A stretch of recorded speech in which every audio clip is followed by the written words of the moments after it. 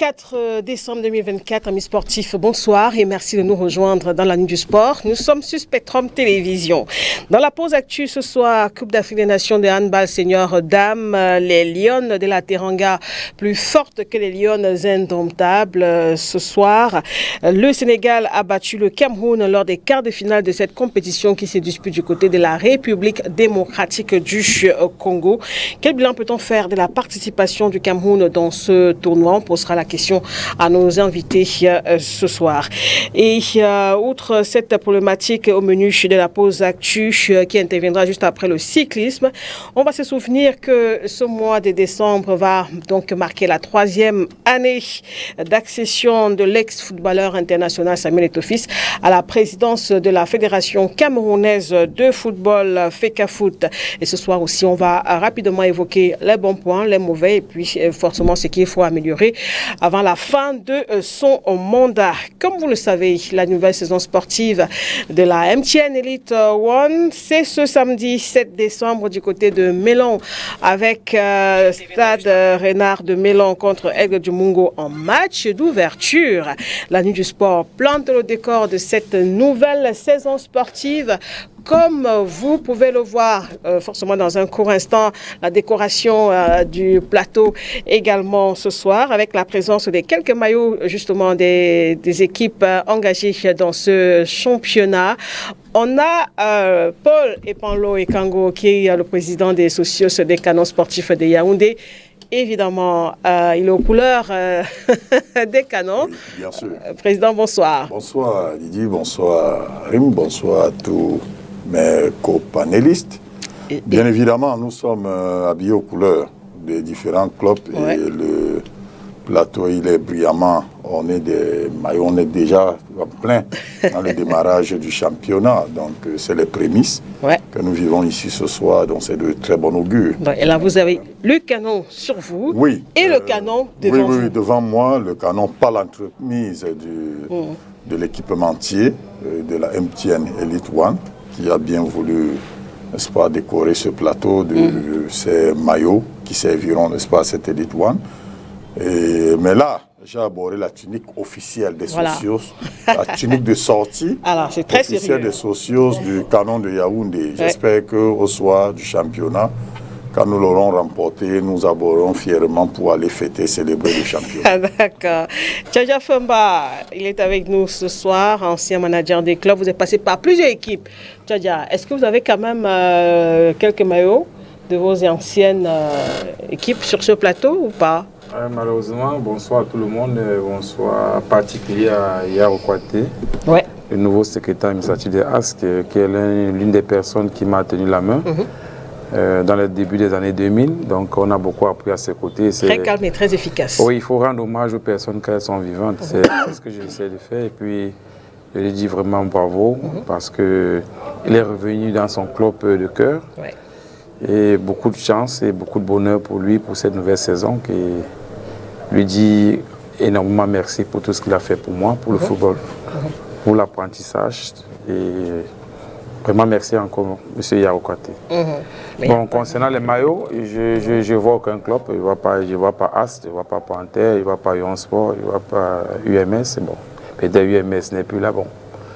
Ben, le plus important, c'est que la table ne pouvait pas aussi... Il y a peut-être un maillot qui vous intéresse particulièrement la table ne pouvait pas prendre tous les maillots. Ah ouais, bien sûr. Voilà, justement. Sûr. Donc, c'est assez beau, c'est assez joli, c'est vraiment apprécié. Donc, c'est des initiatives. Et ce n'est pas nouveau quand même. Je crois quand même qu'on était actif à une certaine période. Smart Sport habillait déjà les championnats. À l'époque, c'était 14 ou 16 clubs. On habillait déjà, vous habillez déjà. Donc, c'est une très bonne initiative et la qualité est bien bon. Maintenant, porter un choix sur un maillot, ce serait accorder beaucoup d'affection à une équipe. Donc, je dis dans l'ensemble, tous ces maillots sont beaux. Tous ces maillots sont beaux, surtout qu'on retrouve quand même les derniers détenteurs du championnat. Et on voit Opopo, on voit Coton, on voit Pidavoudje Bamenda. Quand même, ces dernières années, c'est les 3 clubs qui ont gagné. Puis Opopo était champion l'année dernière. Et avant, il y a eu Pidavoudje et Coton. Donc, c'est quand même assez représentatif. Donc, maintenant, le reste, c'est l'histoire. On ne peut pas faire le présent sans parler de l'histoire. Tout à fait. Alors, forcément, avant que Georges Rim n'intervienne, je vais dire bonsoir à Jean-Paul Fondio, qui est équipementier et qui, ce soir, aborde fièrement le maillot de Bamboutos de Bouddha. Bonsoir Jean-Paul. Oui, bonsoir Lydie, bonsoir aux amis qui sont autour de cette table. Elle n'est pas ronde, mais elle a une bonne forme. Et je suis particulièrement heureux de voir que c'est mon travail qui est étalé sur cette table aujourd'hui. Et c'est un honneur pour moi d'être l'équipementier du championnat. Ça ne date pas d'aujourd'hui, depuis que le sponsor officiel est au Cameroun. Nous nous sommes rencontrés, c'était au salon Promote de 2002. On s'est visité les salons, le stand de l'un de l'autre, et puis ils étaient à la recherche d'un équipementier professionnel parce qu'ils voudraient faire du football un vecteur de communication. Et ça tombait bien parce que c'est mon métier. Depuis, j'ai ouvert ma première boutique en 1986 en France et j'ai toujours travaillé dans l'équipement sportif. Et depuis que nous avons entamé cette collaboration, ça a perduré jusqu'à ce jour. Et je suis heureux d'être encore de la partie. Vous êtes heureux d'aborder le maillot de Bamboutos de Bouddha. Oui. Comment va Betos? Bon, Betos va bien. Hein. Dimanche dernier, Betos a livré un match amical à Bouddha, même contre Fauvou. D'accord. Et le staff a présenté les nouveaux joueurs, les ambitions sont là. Bon, maintenant, on attend de voir si les fruits vont être à la hauteur des fleurs qu'on nous a présentées. Voilà, on va revenir sur tout ça tout à l'heure. Georges Rim, bonsoir, entraîneur de football, est avec nous. Et membre des socios aussi, des canons sportifs de Yaoundé. Georges, bonsoir, bienvenue. Bonsoir Lydie, bonsoir à mon président interrégional littoral sud-ouest des socios. Bonsoir également à mon membre, parce que au-delà de ce que on a des responsabilités au sein des socios, nous sommes d'abord les supporters du canon sportif de Yaoundé, le président Ipanlo et moi. Bonsoir au grand frère, bonsoir à mon frère et ami Fembachala, bonsoir à tous les téléspectateurs. Merci d'être avec nous ce soir. Je pense qu'on va rentrer tout de suite dans la première partie de cette émission consacrée à la pause actu. Et c'est avec le cyclisme qu'on doit démarrer justement cette émission. La deuxième édition de la course nationale VTT Chantal Biya s'est achevée du côté de Bagofit. On voudrait, si la réalisation nous permet, avoir Jean-Baptiste Biaye qui est en charge de la communication au niveau de la Fédération camerounaise de cyclisme pour faire le point, un petit bilan justement de cette deuxième édition de cette course nationale VTT dédiée à Chantal Biya, la première dame du Cameroun. Dès que c'est possible, on aura évidemment Jean-Baptiste Biaye. Peut-être un commentaire rapide de Georges Rim par rapport à cette initiation de la part du ministre Joseph Lé. Le VTT, c'est vrai que jusqu'ici, on connaissait beaucoup plus le Grand Prix cycliste Chantal Biya. Oui. Aujourd'hui, on parle de VTT, c'est toujours du vélo. Quoique ce n'est pas une discipline nouvelle au Cameroun, mais elle n'était pas encore portée à ce niveau-là. Quand je dis à ce niveau, c'est-à-dire qu'on colle à cette course cycliste l'image de la première dame du Cameroun. Ça trahit peut-être l'importance que le VTT prend dans notre pays, au point que désormais qu'il y ait une compétition organisée et qui porte le nom, comme je le disais, de la première dame de notre pays. Donc c'est une très bonne initiative. Nous espérons qu'elle perdurera.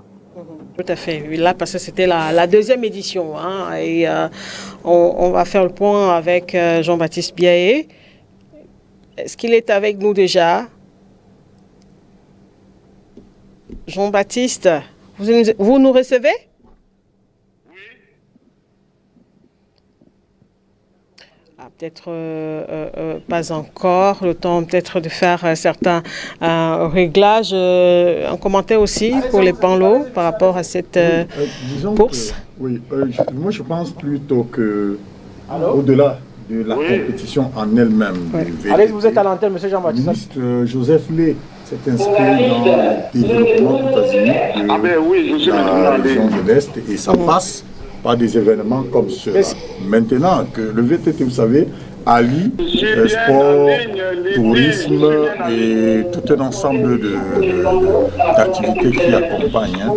Et maintenant, c'est une activité qui est en train de se positionner au niveau du calendrier local comme une activité forte, du moment où le nom de la première dame y est associé. Donc, dans les années à venir, on va compter avec cette compétition qui est en train de se positionner comme une compétition majeure du cyclisme au Cameroun. Mais comme je disais tout à l'heure, l'Est, les activités menées, ou alors chapeautées par le ministre Joseph Lé, se limitent pas qu'au VTT. Il y a un très grand centre technique dans lequel, au moment où je vous parle... D'accord, peut-être Jean, on va y revenir, Paul, le temps de rejoindre Jean-Baptiste Biaye. Vous nous recevez, JBB, bonsoir. Je suis bien en ligne. Bonsoir Lydie, bonsoir à votre riche panel et bienvenue à Yaoundé. Alors, Jean-Baptiste, qu'est-ce qu'on peut retenir de manière globale de cette deuxième édition de la course nationale VTT Chantal Biya? Permettez-moi, avant toute chose, d'exprimer au nom de la Fédération camerounaise de cyclisme et du comité d'organisation de l'événement, co-organisé par la Fédération et le complexe Bagofit City, notre différente reconnaissance et gratitude à l'endroit de Madame Chantal Biya, marraine et prestigieuse épouse du président de la République, qui a bien voulu prêter son nom et son image à cette autre compétition après le Grand Prix cycliste international Chantal Biya.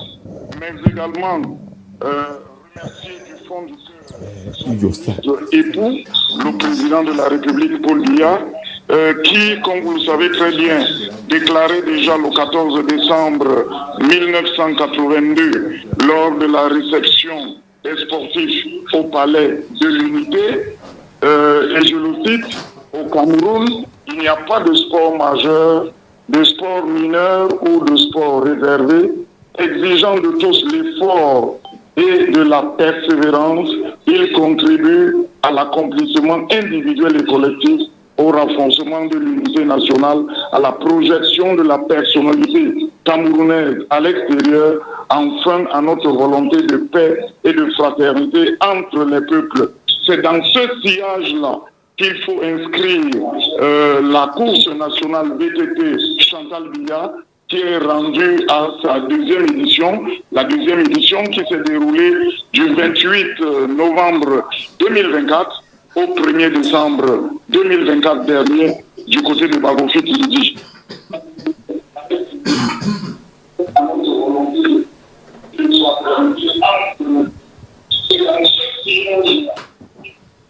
Nous en sommes. Il est comme la télé.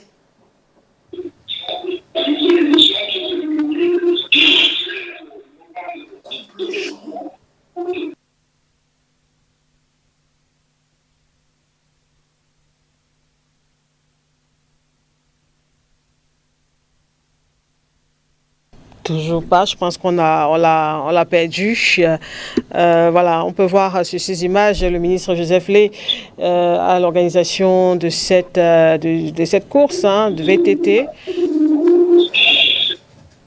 Ce qu'on peut dire en termes de bilan, et notamment sur le bilan sportif, disons qu'il y avait 5 catégories au total, la catégorie élite, la catégorie dames, la catégorie Master 1, Master 2 et la catégorie prestige. Disons pour la catégorie élite, qui est la plus intéressante et la plus importante, qu'il y avait 36 partants, 12 ont été classés à la fin, 24 ont abandonné la compétition compte tenu de la rigueur de l'épreuve. Il y a eu 9 non-partants. Parmi les non-partants, il y avait justement 2 Français qui n'ont pas pris part à cette catégorie élite, mais ils ont pris part à une autre catégorie. Pour les résultats dans cette catégorie, 60 km ont été parcourus, soit 12 km en 5 tours, et c'est notre compatriote Clovis Kamzon Abesolo, qu'on ne présente plus, qui a été le grand vainqueur en 1h57 minutes 35 secondes, avec une moyenne horaire de 30,70 km à l'heure, originaire de la région du centre tout naturellement.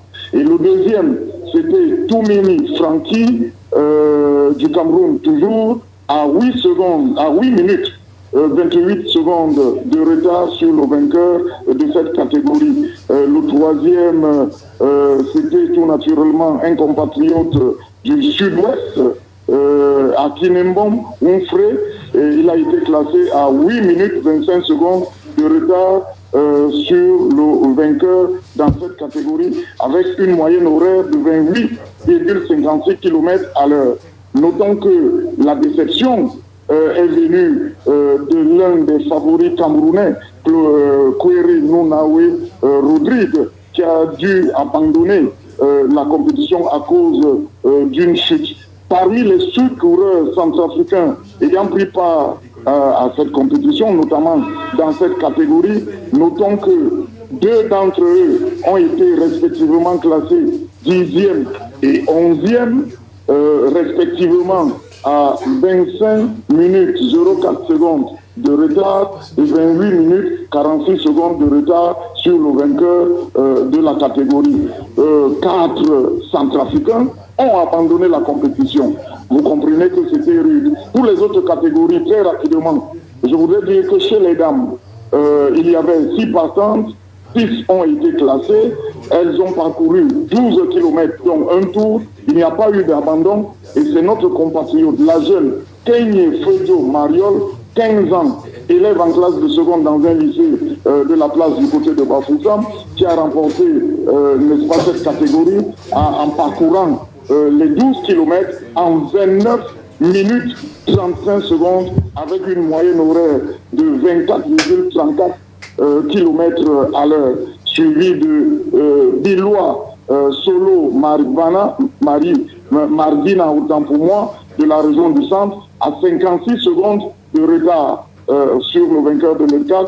Troisième au podium, Obiloma Buena du Cameroun, de la région du centre précisément, à 2 minutes 31 secondes de retard sur le vainqueur de cette catégorie. Notons que parmi les dames, il y avait une centrafricaine, Mbongio Nadia Carole. Elle a été à 5 minutes 19 secondes de retard sur le vainqueur de la catégorie.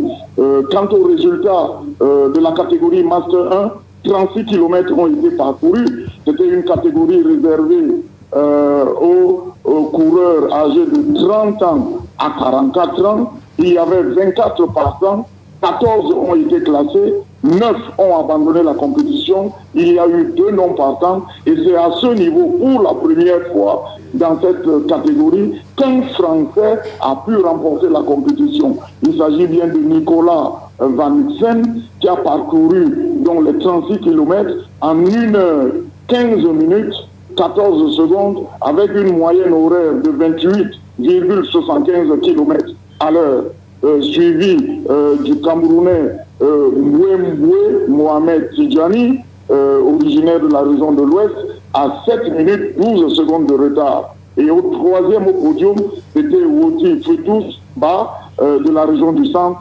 classé à 7 minutes 18 secondes de retard. Il est à noter que le deuxième Français qui prenait part à cette compétition dans cette catégorie, Baudel Charles, a été classé 9e à 16 minutes 42 secondes de retard avec un chrono de 23,50 km à l'heure. Voilà pour les résultats sportifs. Je voudrais préciser à toute fin utile que, au-delà du sport et du cyclisme, il y a eu d'autres activités connexes, des activités sportives avec une marche citoyenne, patriotique et sportive à travers les affaires d'Akomban, qui ont regroupé près de 1000 marcheurs, et il y a eu des soins de santé gratuits où il y a eu environ 10 000 patients qui ont été, pour ainsi dire, qui ont frappé aux portes des médecins du côté de Bagofit, mais il y a eu la soirée culturelle pour montrer le savoir-faire, l'ingéniosité du Cameroun dans l'art et la culture. Et il y a eu cette fois exposition, mais il y a eu également d'autres activités qui ont meublé les 4 jours d'activité du côté de Bagofit. Il est à noter également que nous avons eu l'apport technique du français Nicolas Philippon, qui, comme vous le savez très bien, est un opérateur de la photo finish, qui est venu pour, n'est-ce pas, automatiser les résultats de cette compétition avec fiabilité, comme je viens de vous donner tout à l'heure. Ce sont ces résultats-là qui augurent des lendemains meilleurs pour l'internationalisation de cette compétition à l'avenir. Lydie. Bien, vous avez fait le contour. Hein? Nous allons vous dire merci. Et forcément, Jean-Baptiste, la 3e édition, c'est pour l'année prochaine? Ah ben écoutez, la 3e édition, comme vous le dites, aura lieu l'année prochaine, mais je voudrais réserver, ma foi, l'annonce des dates de cette 3e édition de l'année prochaine. Est-ce qu'elle aura lieu effectivement en mars 2025 ou en août ou septembre 2025? On ne peut rien attendre. Ce qui est sûr et certain, c'est que la 3e édition aura bel et bien lieu en 2025 du côté de Bagofit. Merci beaucoup Jean-Baptiste Biaye depuis Yaoundé. On rappelle que Jean-Baptiste Biaye est le directeur de communication de la Fédération camerounaise de cyclisme. Peut-être l'intervention de Paul Epanlo tout à l'heure par rapport à cette compétition. Vous disiez justement, Président, que ce n'est pas la seule initiative du ministre Joseph Lé. Oui, comme je disais, je pense Jean-Baptiste l'a vraiment détaillé. C'est des activités intégrées qui, de toute façon, amènent, n'est-ce pas, l'épanouissement de cette localité de Yokadouma. Et donc, le ministre Joseph Lé, que nous saluons ici, en passant sur vos antennes, et Vincent Epanlo également, qui est son chef de protocole. Donc, c'est-à-dire ça, toutes ces activités concourent au rayonnement de la ville de Yokadouma. Voyez-vous, le complexe Bagofit dont nous parlons aujourd'hui est l'un des complexes où la plupart des équipes d'élite 1, d'élite 2 choisissent pour leur mise au vert. Au moment où je vous parle, c'est pas un secret. Je crois que le canon de Yaoundé, au moment où je vous parle, il est déjà pour la préparation de... Donc, c'est des initiatives à encourager ce genre d'événements intégrés avec beaucoup. J'ai entendu avec satisfaction qu'une campagne de santé a été également organisée. Tout à fait. Je connais le dynamisme de notre ancien délégué régional ici, qui est actuellement à l'Est aussi. C'est des activités comme ça qu'ils adorent et vraiment, ce n'est que du bonheur pour les populations de ces localités-là qui doivent bénéficier de ce genre d'événements. Voilà, on va donc passer à un autre sujet rapidement. Tchaja Femba, la Coupe d'Afrique des Nations de handball, senior dames. Le Cameroun disputait les quarts de finale aujourd'hui face au Sénégal. Le Cameroun qui est tombé face à cette équipe sénégalaise. Pas d'objectif atteint pour notre sélection qui visait quand même une qualification pour la prochaine Coupe du Monde de cette discipline. Pour vous, on parle de handball. Pour vous, Tchaja Femba, cette élimination, ça vous surprend ou pas? Bon, il y a eu quand même trop de disputes avant le départ pour la compétition. Et il faut quand même préciser que la compétition précédente, je crois que le Cameroun avait perdu en finale face c'était vice-champion face à l'Angola. Donc c'est une dégression. Donc si vous êtes deuxième et vous sortez au quart de finale et vous n'êtes pas qualifié pour la prochaine Coupe du Monde, c'est pas quand même des bons signes. Espérons que tout ce staff et les joueurs vont apprendre de cette erreur, de ce manquement et permettre que les prochaines compétitions puissent retrouver le podium, parce que le handball était déjà en train de remonter à un certain niveau, comme le volley l'a fait. Donc on voyait qu'il y a autre discipline sportive collective en dehors du football, entre le handball, le volley. Donc avec ces résultats, ce n'est pas quand même un résultat plaisant. Donc il faudrait tirer des conséquences et pouvoir améliorer pour les compétitions à venir. C'est peut-être aussi la même lecture, rapidement, Jean-Paul Fondio. C'est vrai qu'il y a eu beaucoup de bruit avant que l'équipe camerounaise ne rallie la République démocratique du Congo qui abrite cette compétition. On a parlé d'un problème de prime. Après, la fédération est sortie pour dire autre chose. Et aujourd'hui, ce résultat est là. Est-ce qu'on peut peut-être penser que toutes les conditions n'étaient pas forcément réunies pour permettre au Cameroun d'aller plus loin dans cette compétition? Le bruit n'a jamais fait du bien. Et le bien n'aime pas le bruit non plus. Bon, qu'on soit éliminé au quart de finale, à ce niveau de compétition, toutes les équipes se valent. Et c'est au petit bonheur la chance, et puis rien n'est garanti à ce niveau-là. Quand c'est déjà au niveau où c'est l'élimination directe, on ne peut pas se rattraper une fois qu'on a perdu. Mais bon, à travers chaque échec cache le germe d'un succès équivalent ou supérieur. On espère qu'ils vont tirer les leçons de cet échec pour rebondir beaucoup plus haut la prochaine fois. C'est un peu la même lecture aussi pour les Panlos, tirer les leçons. Oui, mais avant de tirer les leçons, il faut fustiger ce qui ne va pas, et qui est prévisible, qui est visible. Il a dit là tout à l'heure, vous ne pouvez pas avoir une équipe qui va en compétition et on vous dit non, allez jouer le patriotisme, on verra le reste après. C'est les handballeuses camerounaises depuis un certain moment. Il a dit, il a indiqué tout à l'heure, que ce soit au volleyball, que ce soit au handball, c'est des gens qui ont atteint depuis un certain nombre d'années un niveau technique, un niveau appréciable. Et généralement, normalement, il faut simplement cet accompagnement des pouvoirs publics pour que ces jeunes filles, ces jeunes dames et tout, qui ne savent que faire que ce travail au handball, qu'elles performent au haut niveau. Et elles sont à ce niveau depuis un certain moment. Depuis un certain moment, elles sont à ce niveau. Donc, si on en arrive au point où elles partent dans une compétition, elles sont en quart de finale. Moi, je trouve que, je pense simplement que toute la cacophonie qui a entouré le départ ici, elles ont même failli ne pas partir.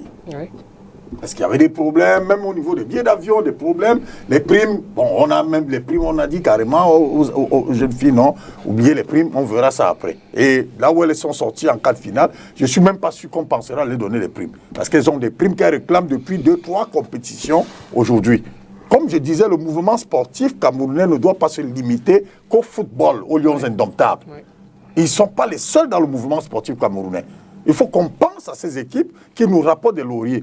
Elles se seraient battues comme ça là, et auraient gagné la compétition.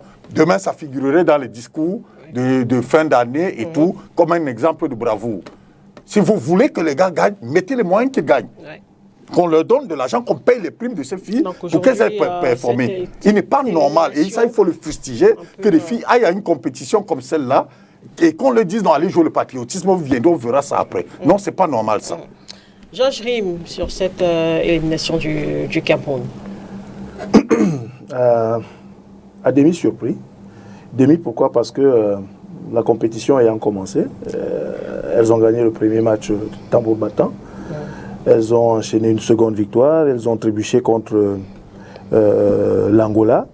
Elles se sont rattrapées contre la Tunisie. Et malheureusement, aujourd'hui, elles tombent en quart de finale contre le Sénégal.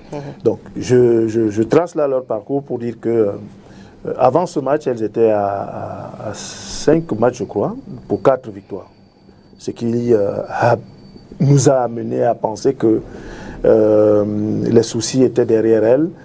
Les problèmes de primes, elles les avaient mis de côté pour ne se consacrer qu'à l'essentiel qui est la compétition. Sauf que la réalité les a rattrapés. D'abord l'Angola, qui est leur bête noire, et puis aujourd'hui le Sénégal. Mais comme l'ont dit les autres, nous ne nous sommes pas préparés de la meilleure des manières qui soit. Donc il faut que cette vérité-là, nous l'ayons en face pour comprendre et expliquer un tout petit peu, je vais dire quoi, cette débâcle, parce qu'on est quand même passé de vice-championne à peut-être même pas, pour terminer la compétition, à la 5e place. Donc c'est une débâcle et il faut questionner les vrais problèmes, les vraies raisons de cette débâcle, et il n'y en a pas deux, c'est la mauvaise préparation de cette équipe. Parce que l'un des facteurs de performance que malheureusement dans ce pays nous semblons minimiser, c'est la préparation mentale, la préparation psychologique. Dans quel état d'esprit ces filles sont allées disputer cette compétition?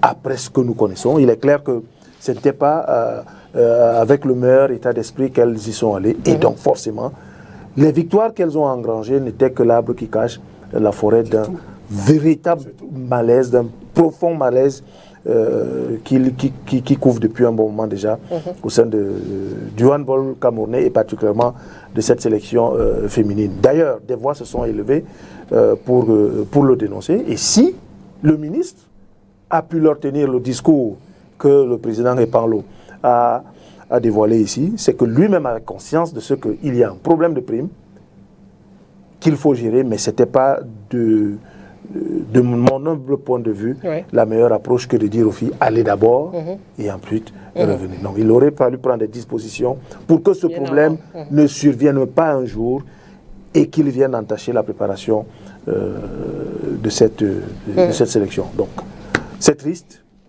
mais contrairement à Fembachada, ce n'est pas à elle de tirer, à elle et au staff de tirer les enseignements de cette débâcle, mais aux autorités, aux personnes qui devraient prendre des dispositions pour que nos sélections, et particulièrement celles-là, se préparent dans les meilleures conditions. Voilà, on aura l'occasion de refinir. Oui, rapidement, on doit avancer. Oui, Tchaja Femba. À mon ami, j'aime que lorsqu'il y a une compétition, on tire les leçons sur le plan technique, sur le plan administratif. Oui, partout on est. C'est clair. Donc, quand il dit ça, à tirer les leçons de manière globale, y compris les joueuses, le staff technique, l'administration et tout, parce qu'elles-mêmes, vous avez pu venir de dire qu'elles ont fait 5 matchs, elles ont gagné 4 dans les mêmes conditions. Ça veut dire que sur le plan technique, il y a eu un problème.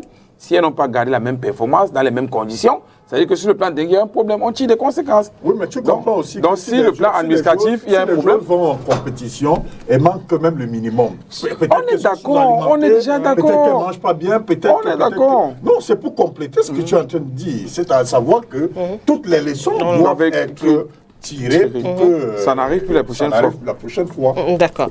Alors, dernier sujet dans le cadre de la pause actu, rapidement, c'est vrai qu'on aura l'occasion notamment la semaine prochaine de consacrer l'émission autour de cette thématique, à savoir la 3e année de la présidence de Samuel Eto'o-Fils à la Fédération camerounaise de football. Rappelez-vous qu'il avait été élu le 11 décembre 2021 et la semaine prochaine, 11 décembre 2024, ça fera 3 ans. On aura l'occasion de parler en long et en large de son bilan à mi-parcours, si on peut le dire ainsi. Mais ce soir, peut-être une petite ébauche rapidement, ce que vous pouvez retenir, les bons points, les mauvais, ce qu'il faut améliorer avant qu'on ne revienne sur le grand débat mercredi prochain. Jean-Paul Fondio, je vais commencer par vous. Qu'est-ce que je vais en dire? En quelques mots. En quelques mots. Peut-être au niveau des rapports avec le ministère des Sports, le rapport avec le sélectionneur actuel Marc Brice et Tessera. Oui, moi particulièrement, j'ai été content que Samuel Eto'o prenne les rênes de la FECAFOOT. Pourquoi? Parce que grâce à son arrivée à la FECAFOOT, le sponsor dont je suis le fournisseur, MTN est revenu. Parce qu'il faut se rappeler que la fédération n'avait plus de sponsors pour les clubs. Puisque MTN à l'époque... Là, ça a arrangé vos affaires. Oui, ça a arrangé mes affaires. C'est ce que vous voulez nous dire. Voilà, sur le plan personnel, ça a arrangé mes affaires puisque mon client est revenu et puis il m'a passé une nouvelle commande. Mais le problème qui se pose, c'est que ça fait 3 ans qu'il est là. Et j'ai livré ces maillots que vous voyez là depuis 2 saisons et les clubs ne les portent pas. Je ne sais donc pas pour quelle raison le sponsor a les maillots et les clubs ne les portent pas.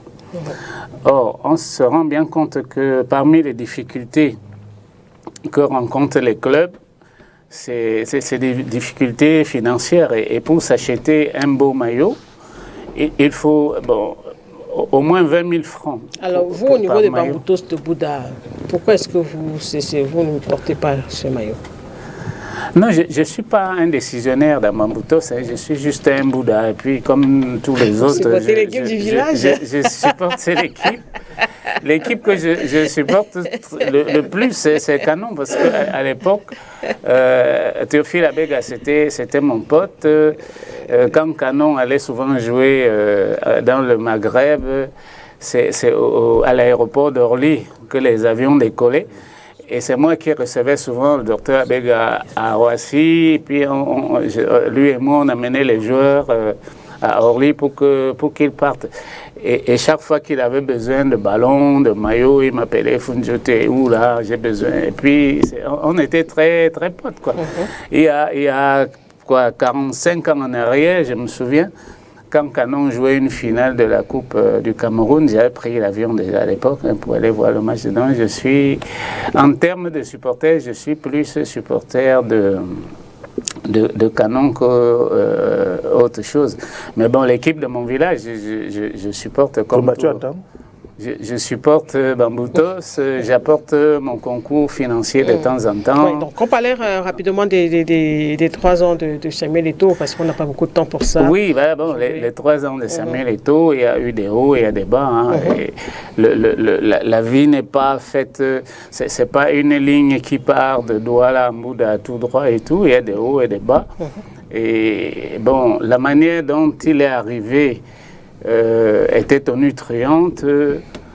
Il a voulu reprendre, il a souhaité et il a obtenu que le football revienne aux footballeurs, que les footballeurs soient les gestionnaires du football. On lui a accordé tout ce qu'il a demandé.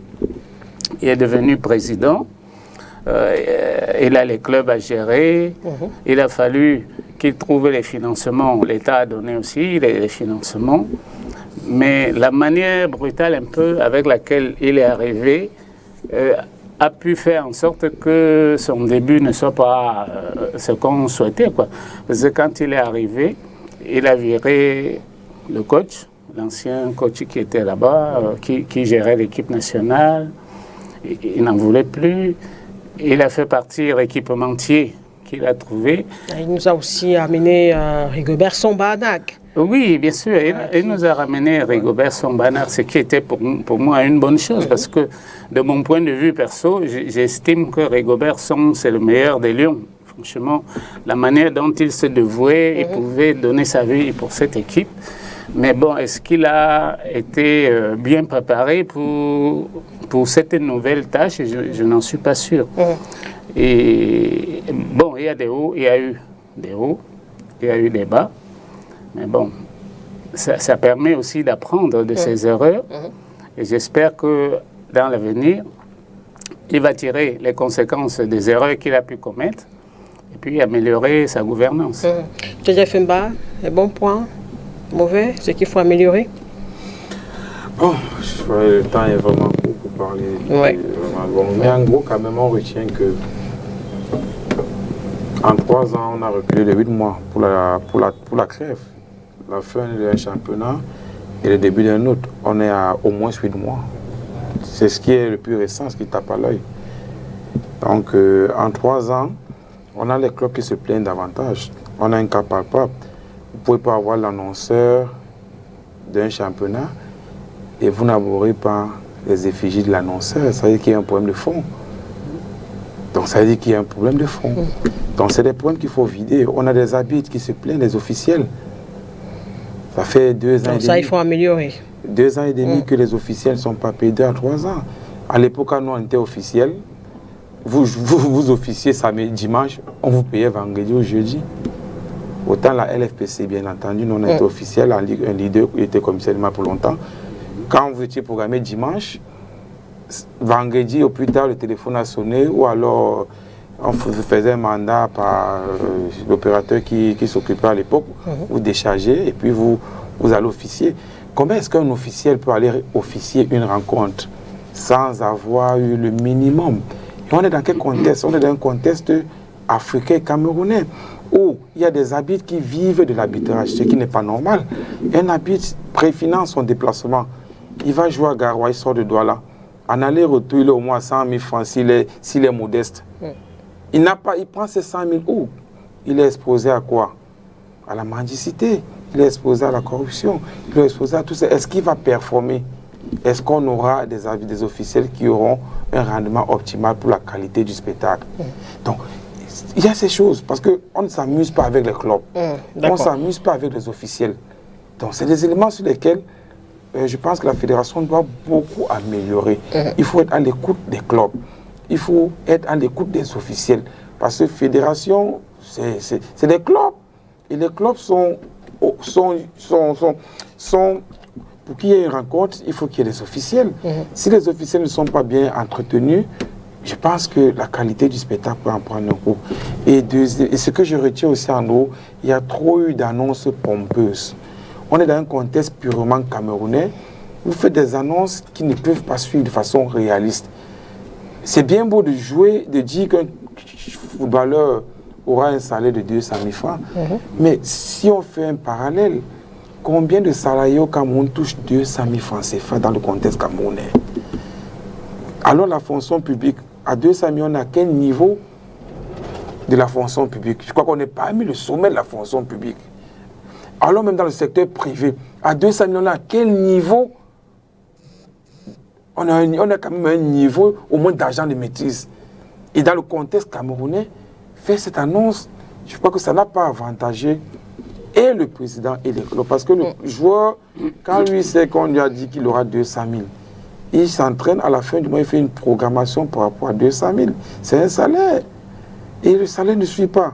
Entre-temps, les promesses faites au club, il y a une confusion entre subvention et versement de l'annonceur. Donc, les clubs se disent, est-ce que c'est une subvention? Est-ce que c'est le l'aumône? Est-ce que c'est la contrepartie du fait qu'on communique? On communique la marque de l'annonceur principal. Donc si on comprend, tout est noir. En fait. Non, tout n'est pas noir. Il n'y a rien tout n'est pas noir. Positif que vous pouvez relever, Tchadja. On ne peut pas dresser un bilan tout de noir. Ce qui est quand même positif, ce qui est à mettre à son actif. On a vu le gouvernement, au début de ces 2 premières années, lui donner la main libre.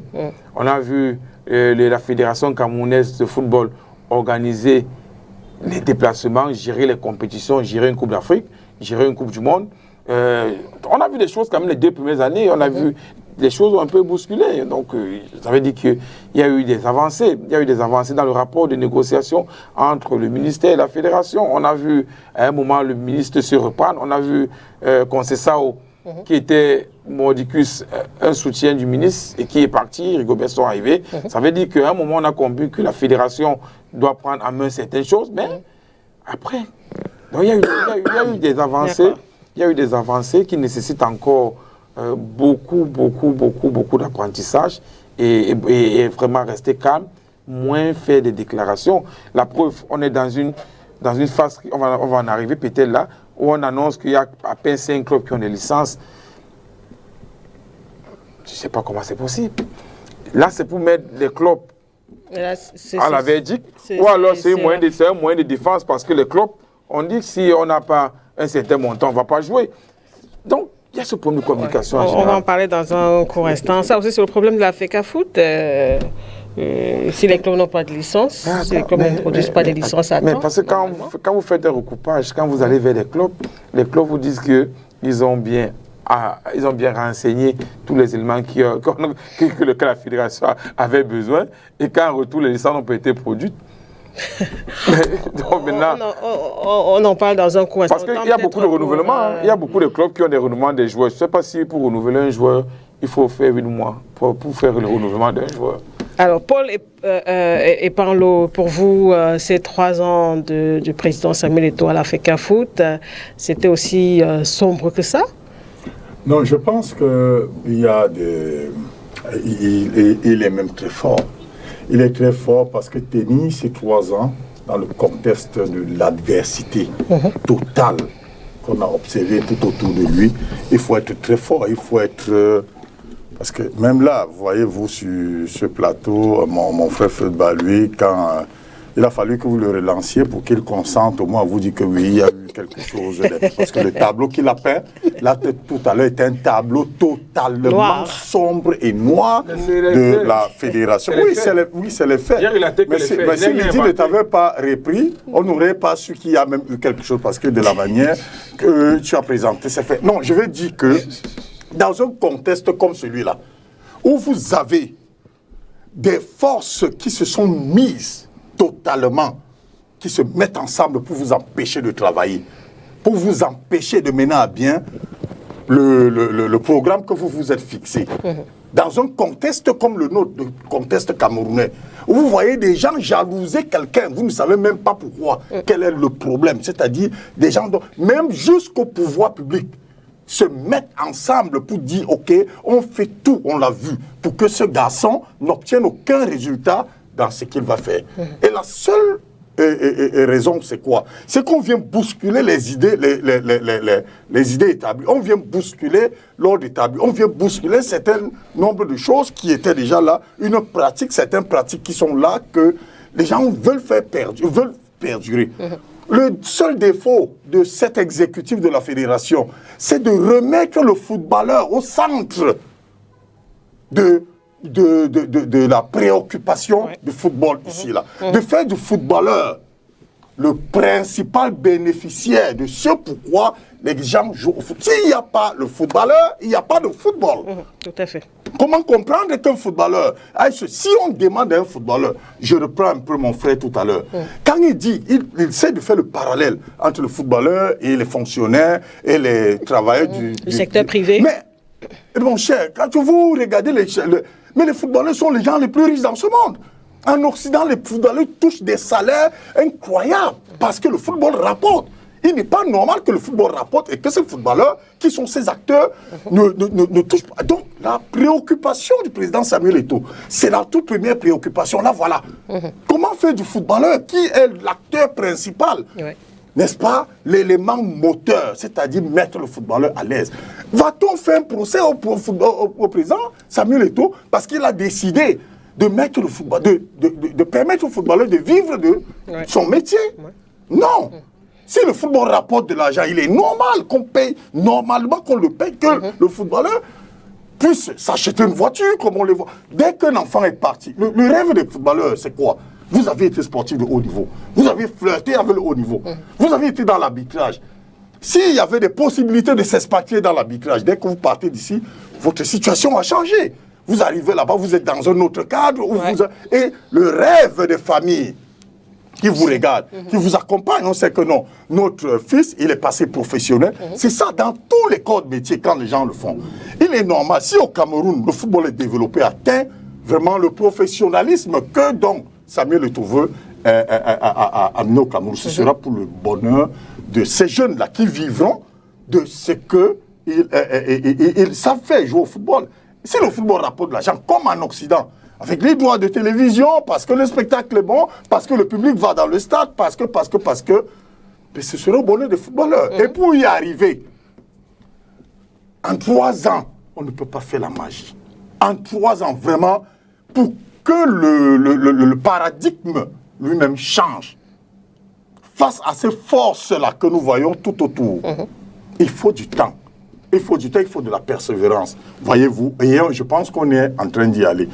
Quand on parle d'effet d'annonce, tout à l'heure nous parlions de... Moi, j'étais à la cérémonie de tirage au sort du championnat de cette année.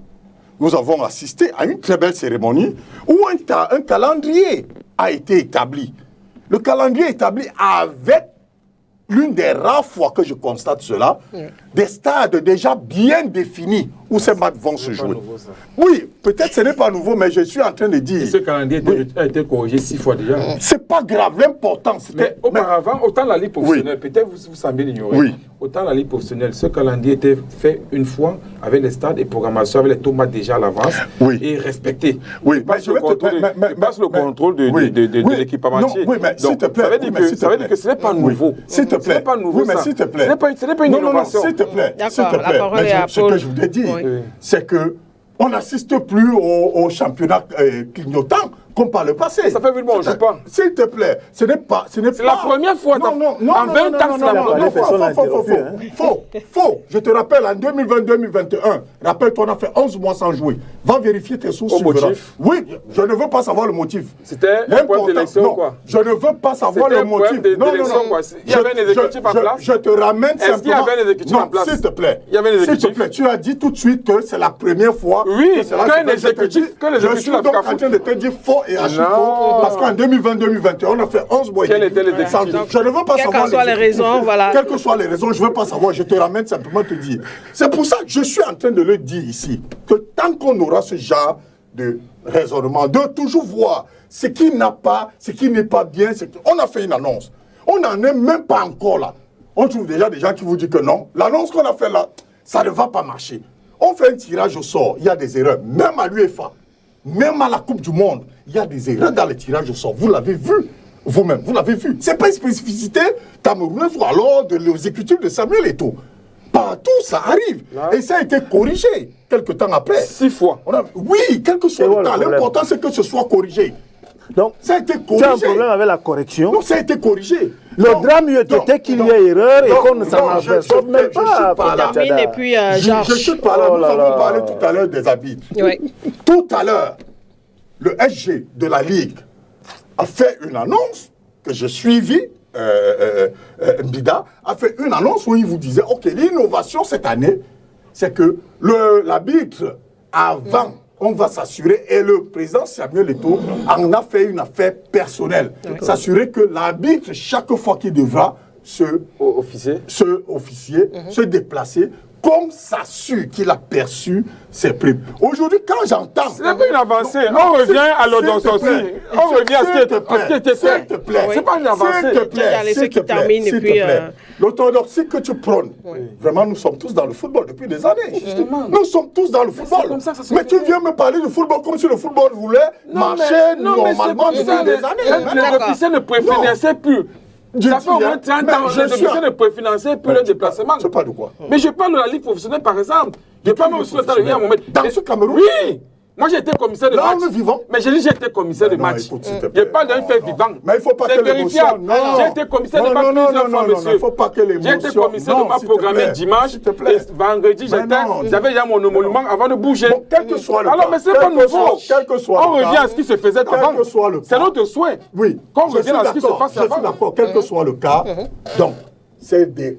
Que tu appelles ça avancé ou pas, l'important pour nous, c'est qu'une annonce comme celle-là, elle est saluée. Et nous souhaitons que dans les faits, que ce soit cela, que l'officiel qui s'en va, n'est-ce pas, arbitrer un match, qu'il soit dans les conditions meilleures, comme le joueur. Parce que quand tu viens dire ici que non, le joueur, pourquoi est-ce qu'on promet de... Non, même si c'est le million qu'on donne aux joueurs, qui est l'acteur principal? Le problème, c'est que le salaire doit être régulier, constant. Le salaire... Georges Rim, on va avancer parce qu'on a une émission personne n'est interrompu. Mais pour peu qu'on dise une chose qui ne t'arrange pas, tu coupes, tu interrompes les gens. Calme-toi, mon frère. Georges Rim, pour terminer un peu ce tour de plateau par rapport à ce 3e anniversaire, si on peut dire ainsi, de l'accession de Samuel Eto'o à la présidence de la FECAFOOT. Tout est aussi noir. Oui. Tout est aussi noir. Je ne dirais pas que tout est noir, je ne dirais pas que tout est blanc. Contrairement à certains qui n'ont qu'un seul pinceau, n'ont qu'une seule couleur de peinture quand ils veulent peindre un tableau. Vous comprenez, Lydie? Je ne reviendrai donc plus sur ce que quelqu'un a peint en noir, enfin, ce qu'il estime être noir. Parce qu'il s'est suffisamment répandu là-dessus. Je ne vais m'intéresser qu'à ce qui est positif. Parce que je suis quelqu'un qui positivise, quelqu'un qui veut avancer et avance avec ce qui est bien pour laisser ce qui est bien. Et même ce qui n'est pas bien, vous trouvez qu'il y a forcément une façon de rendre ça bien. Oui. Pourquoi pas? Tout à fait. Ah, la magie. C'est bien d'évoquer la LFPC, mais c'est aussi bien, ça aurait été juste et honnête de reconnaître que sous cette LFPC-là, les championnats ont connu des interruptions en point fini. Ne pas le dire, c'est malhonnête, Femba. Souffre que je te dise ça comme ça. Donner le sentiment que sous la LFPC, tout était beau, tout était rose, c'est quand même fort ça, mon cher ami.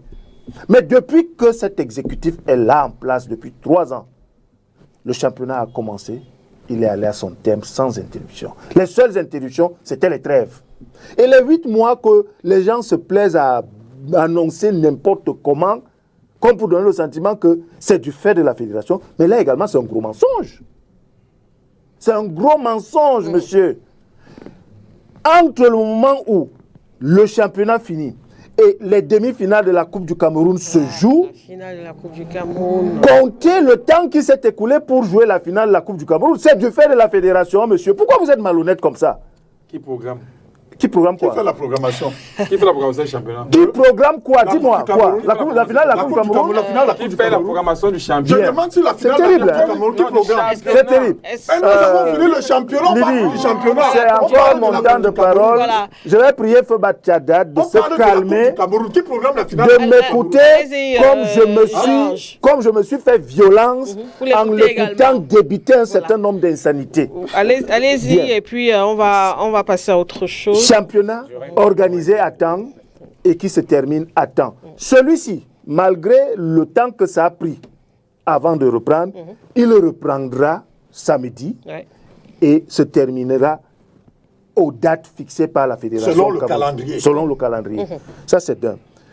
D'autre part, donc on voudrait continuer à clochardiser les footballeurs au Cameroun parce que dire qu'ils ont droit à 200 000 francs de salaire, c'est des effets d'annonce. Donc on voudrait continuer à les payer en monnaie de singe pour que les gens sachent que non. Il y a... Le footballeur n'est rien, N'est rien. ne vaut rien, il ne représente rien. Mais on parle même Il est finalement de quoi? Camerounais parce qu'il est au championnat du Cameroun. Moi j'ai écouté ça.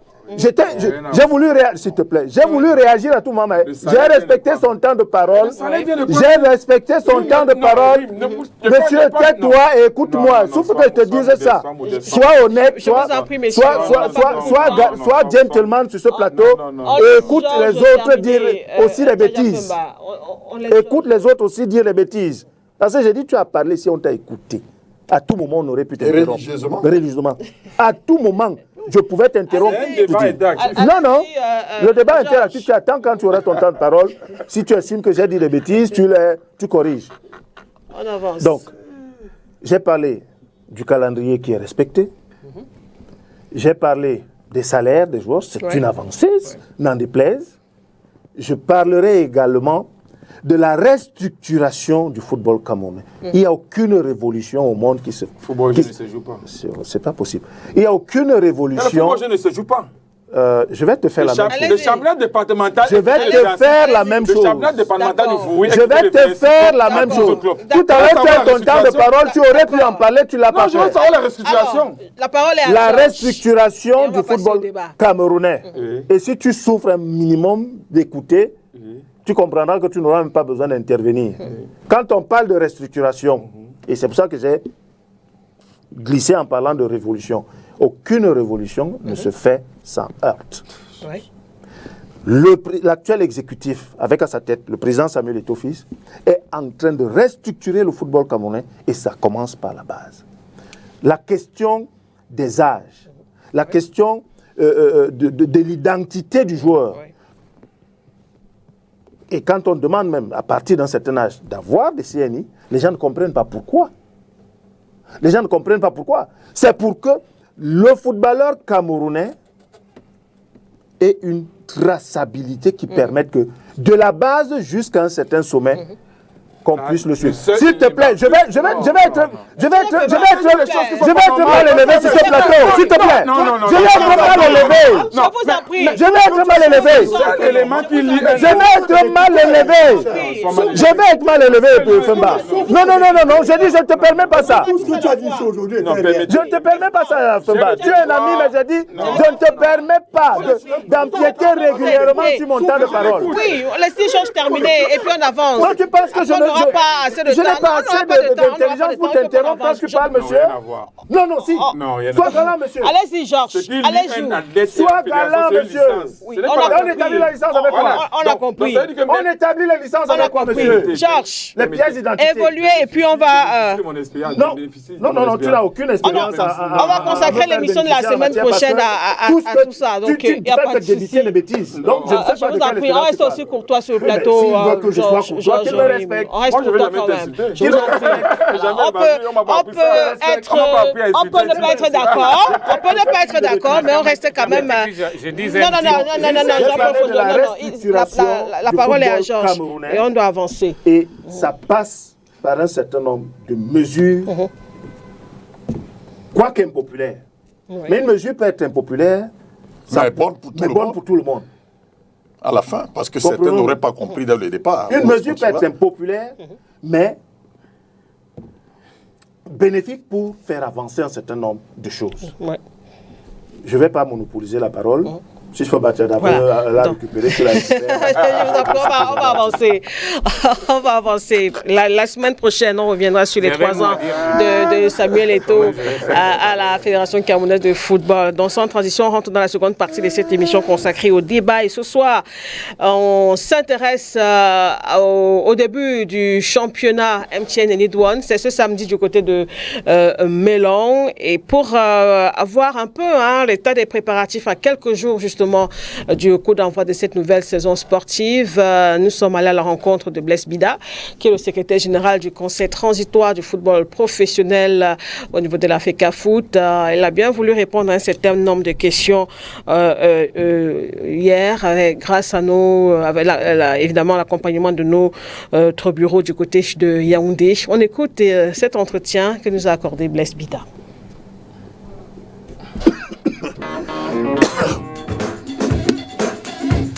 Tu peux y aller, les gants, c'est quoi? Les gants, Tu m'insultes. J'étais insulté. Nous avons pour MTN Elite One qui va commencer. Donc c'est pas. Tu m'insultes aussi. Tu sais pourquoi il dit ça? De la journée, ce sera le 8. Et nous avons MTN Elite 2 qui va commencer le 14 décembre. Donc en ce qui concerne les préparatifs, nous sommes en train de passer toutes les activités au pain fin pour que samedi déjà ce soit une grande réussite du côté de Melon, parce que c'est la première fois que le département du Mungo accueille l'ouverture du championnat. Et il faut dire qu'en affiche, nous avons 2 clubs mythiques. Le match va se jouer entre Stade Rennais de Melon, qui était vice-champion l'année passée, MTN Elite One, et Aigle Royal du Mungo, qui était champion MTN Elite 2, nouvellement promu à MTN Elite One. Donc, nous avons déjà fait des missions avancées qui sont descendues. Nous avons rencontré les autorités administratives et un comité local qui a été mis sur place, sur pied à Melon. Donc, nous, jusqu'à présent, tout est en train de bien se dérouler et nous pensons que samedi, ce sera la grande fête. Mais n'oublions pas que après samedi, nous avons dimanche, la suite de la journée, nous avons des grandes rencontres. Nous avons à Mbouda, nous avons à Douala, nous avons aussi du côté du nord. Donc, nous appelons tout le monde à être présent au stade.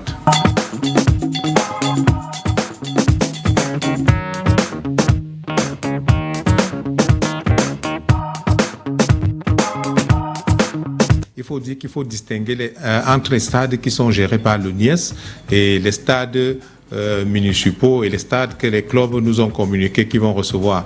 À l'instar, aujourd'hui, nous avons, en ce qui concerne les stades qui sont gérés par l'UNIES, le président de la fédération, au cours de l'Assemblée générale qui s'est tenue à Mbankomo, avait déjà annoncé que nous avons négocié, nous sommes en train de négocier avec l'UNIES pour que nous ayons une facture pour toute la saison en ce qui concerne les compétitions organisées par la fédération.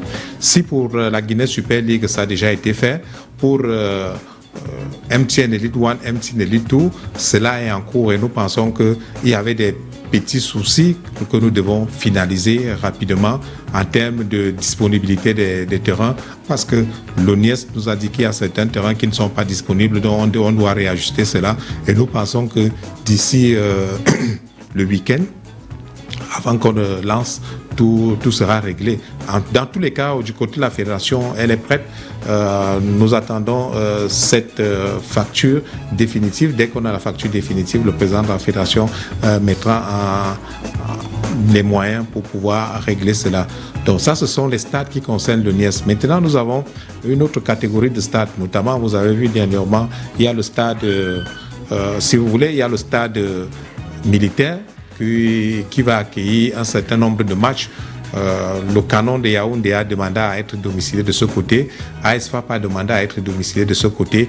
Donc ce sera une autre procédure pour ces stades-là. Je pense que pour ce côté-là, ces stades-là seront disponibles. Nous avons aussi les stades municipaux.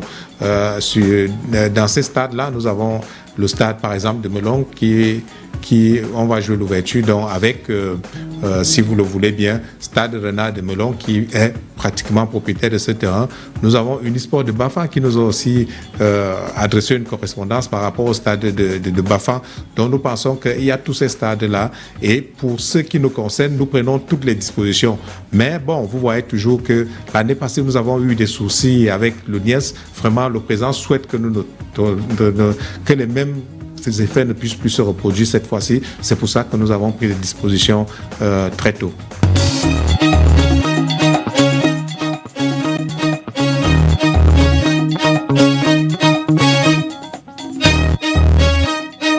En ce qui concerne les joueurs à double identité. Il faut dire que pour cette saison, le règlement qui a été publié depuis dans les plateformes de la fédération un peu partout a un peu évolué. Donc il y a des conditions.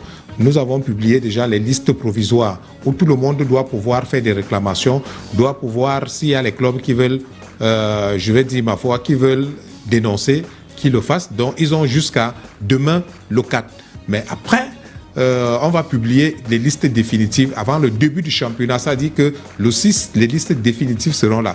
Une fois que ces listes sont publiées, nous n'aurons plus droit aux réserves des réclamations, des qualifications sur les joueurs parce que ces listes-là sont définitives. Mais maintenant, il peut arriver, la machine et les autres, nous pouvons nous tromper et que si il arrivait qu'il y avait ces réserves-là, il faut savoir que en ce qui concerne les points, ces points-là ne vont plus revenir à l'équipe qui a porté ces réserves-là. Donc, effectivement, c'est un aspect du règlement que nous avons eu à prendre. Donc, nous avons pris toutes les dispositions au niveau de la Fédération camerounaise de football pour que toutes ces listes-là soient toilettées, que les présidents de clubs fassent des réclamations ou bien des dénonciations avant que le championnat ne commence. Nous ne voulons plus avoir des équipes, des personnes, des clubs qui vont venir faire des réserves de qualification sur des joueurs qui ont été déjà inscrits dès le départ. Donc de ce côté-là, je pense que c'est quelque chose de nouveau et que nous allons l'appliquer. Nous exhortons les clubs à pouvoir, les équipes à pouvoir prendre connaissance des règlements pour que demain, ils ne regrettent pas.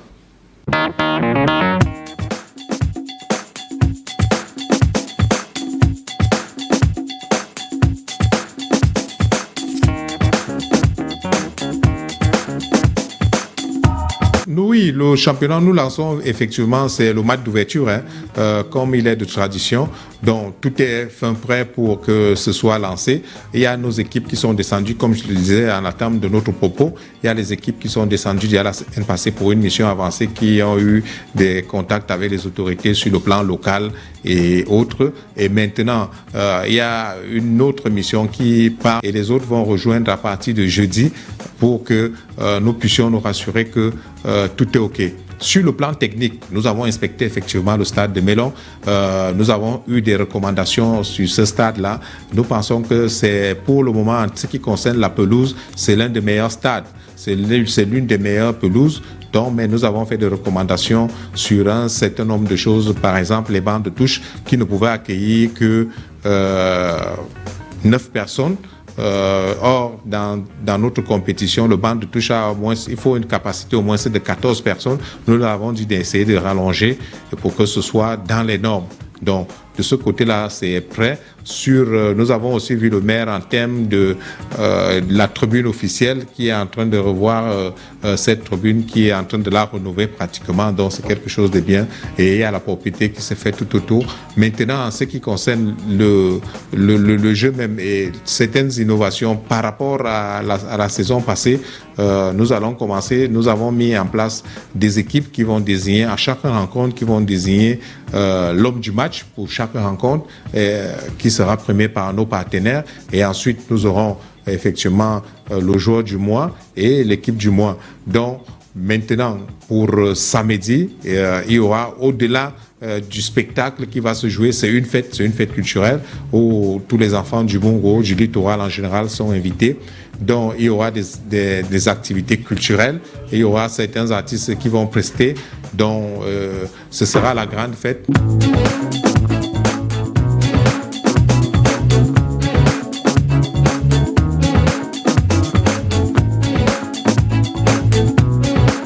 Oui, tout est fin prêt en ce qui concerne au niveau de la sécurité. D'abord, la première chose, c'est la sécurité autour des acteurs, des joueurs. Et donc, au niveau du stade de Melon, effectivement, ceux qui ont fait le déplacement savent qu'il y a une main courante, il y a une grille qui sépare les spectateurs des officiels.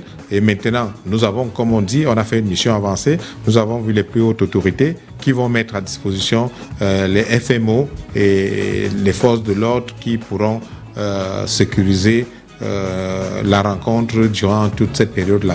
Bon, les joueurs aussi, nous pensons que ça va aller. Le président de la FECAFOOT lui-même sera là, il sera présent, il fera le déplacement. Et je peux vous dire aujourd'hui qu'il ne sera pas seul, il sera accompagné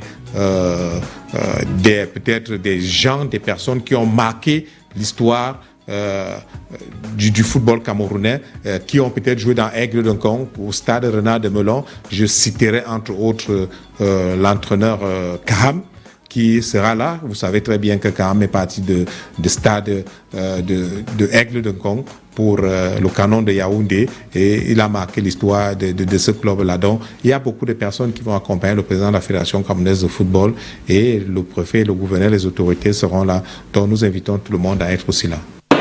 À maintes reprises, tu prenais le budget d'un club au début de l'année. Retour en plateau. Je vous en prie. Retour après cette interview que nous a accordée hier Blaise Bida. On le rappelle qu'il est le secrétaire général du Conseil transitoire pour le football professionnel au niveau de la FECAFOOT. C'était un peu pour planter le décor. Les derniers préparatifs, Georges Rim, avant le coup d'envoi de cette nouvelle saison sportive prévue samedi du côté de Melon. Qu'est-ce que vous retenez par exemple de son intervention, parce qu'il a abordé beaucoup de facteurs. On a parlé des stades, on a parlé le problème de double identité des joueurs. Et évidemment, qu'est-ce qui vous a marqué dans son intervention? Bien. Je commence par la question sur la double identité, parce que dans le précédent sujet, avant celui-ci, j'ai entendu quelqu'un dire ici que on annonce on fait des annonces pompeuses. Et on dit qu'il y a des clubs qui n'ont pas de licenciement. Il faut savoir, je vais dire ça comment,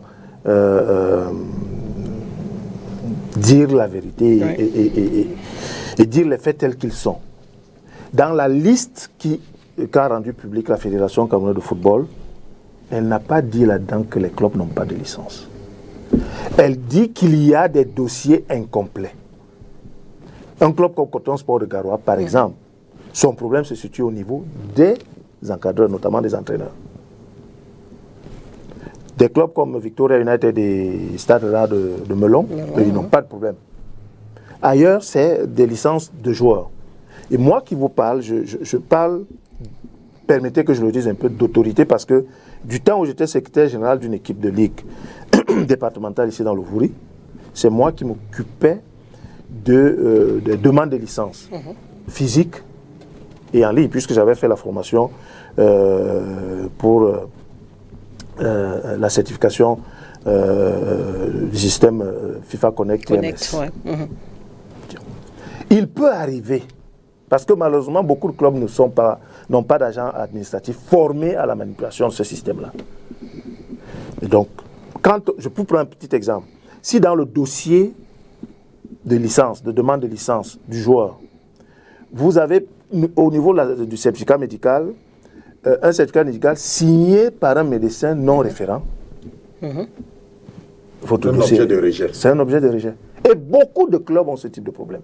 Quand on leur dit certificat médical, ils vont même dans les hôpitaux reconnus, ils vous rencontrent n'importe quel médecin là-bas et ils pensent que c'est suffisant pour... Non, il faut être médecin référent, c'est-à-dire reconnu et homologué par la fédération de football. Je vous ai pris ce petit exemple où, parmi tant d'autres, ils sont nombreux, qui peuvent amener un dossier à être rejeté.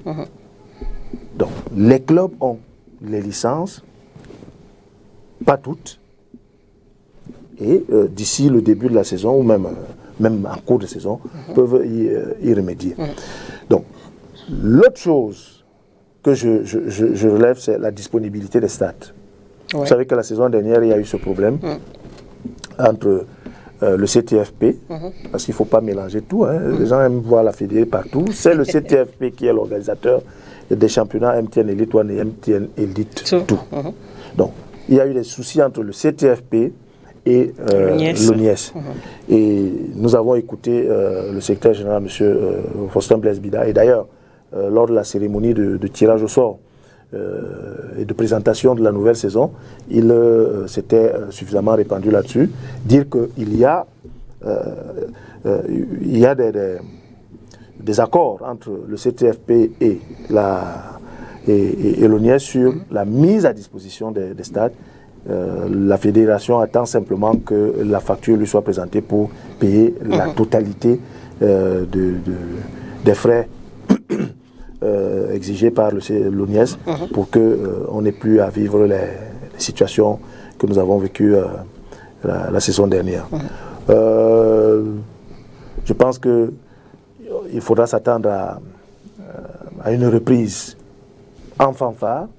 Ça fait quand même longtemps que le public sportif, les clubs, les joueurs, bref, tout le landerneau sportif et footballistique camerounais attend.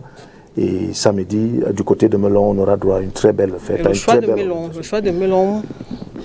Le choix de Melon, je ne sais pas si c'était fait exprès ou parce que c'était dû au calendrier de la saison, mais je pense que Melon,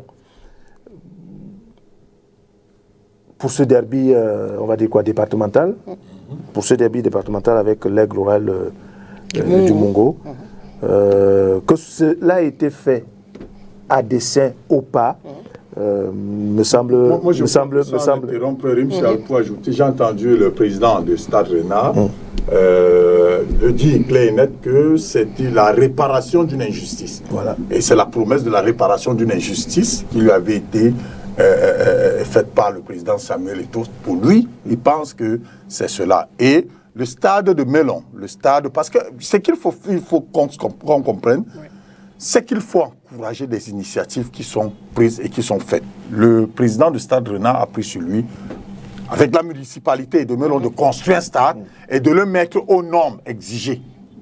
Mais qui peut servir et qui peut... donc, il était tout à fait normal que dans le cadre d'un consemble n'ayant pas un stade viable, que le stade de Melon soit homologué, qu'il reçoive une compétition comme celle-là et que Stade Renard commence à recevoir ces matchs. Ça permettra à ce stade non seulement de générer les ressources issues de la vente des billets. Donc, et puis ce derby départemental, je n'en doute pas, portera les fruits et répondra à toutes les attentes, parce que ça partira d'un Consamba, bien évidemment de Melon, pour assister à ce match. Donc moi, personnellement, je n'ai pas de problème. Je m'attends à une reprise, une très bonne reprise en fanfare, et puis ce sera ainsi tout au long de la saison. Alors, Jean-Paul Fondio, vous attendiez également une reprise en fanfare du championnat ce samedi du côté de Melon? Merci de me donner enfin la parole. J'ai entendu parler de temps de parole ici. Oui. Je ne suis pas sûr que depuis que je suis installé ici, j'ai même eu deux minutes de temps de parole. Vous l'avez eu. Bon, bref, je suis la personne qui est la moins fournie en temps de parole. Là, je vous pose la question, vous perdez encore du temps pour revenir sur...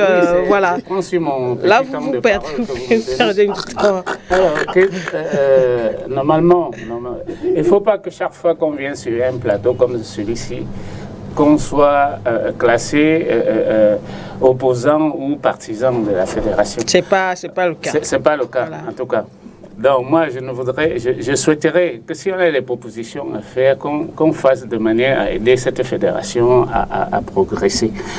Dans cette fédération, l'exécutif actuel est arrivé en prenant le changement.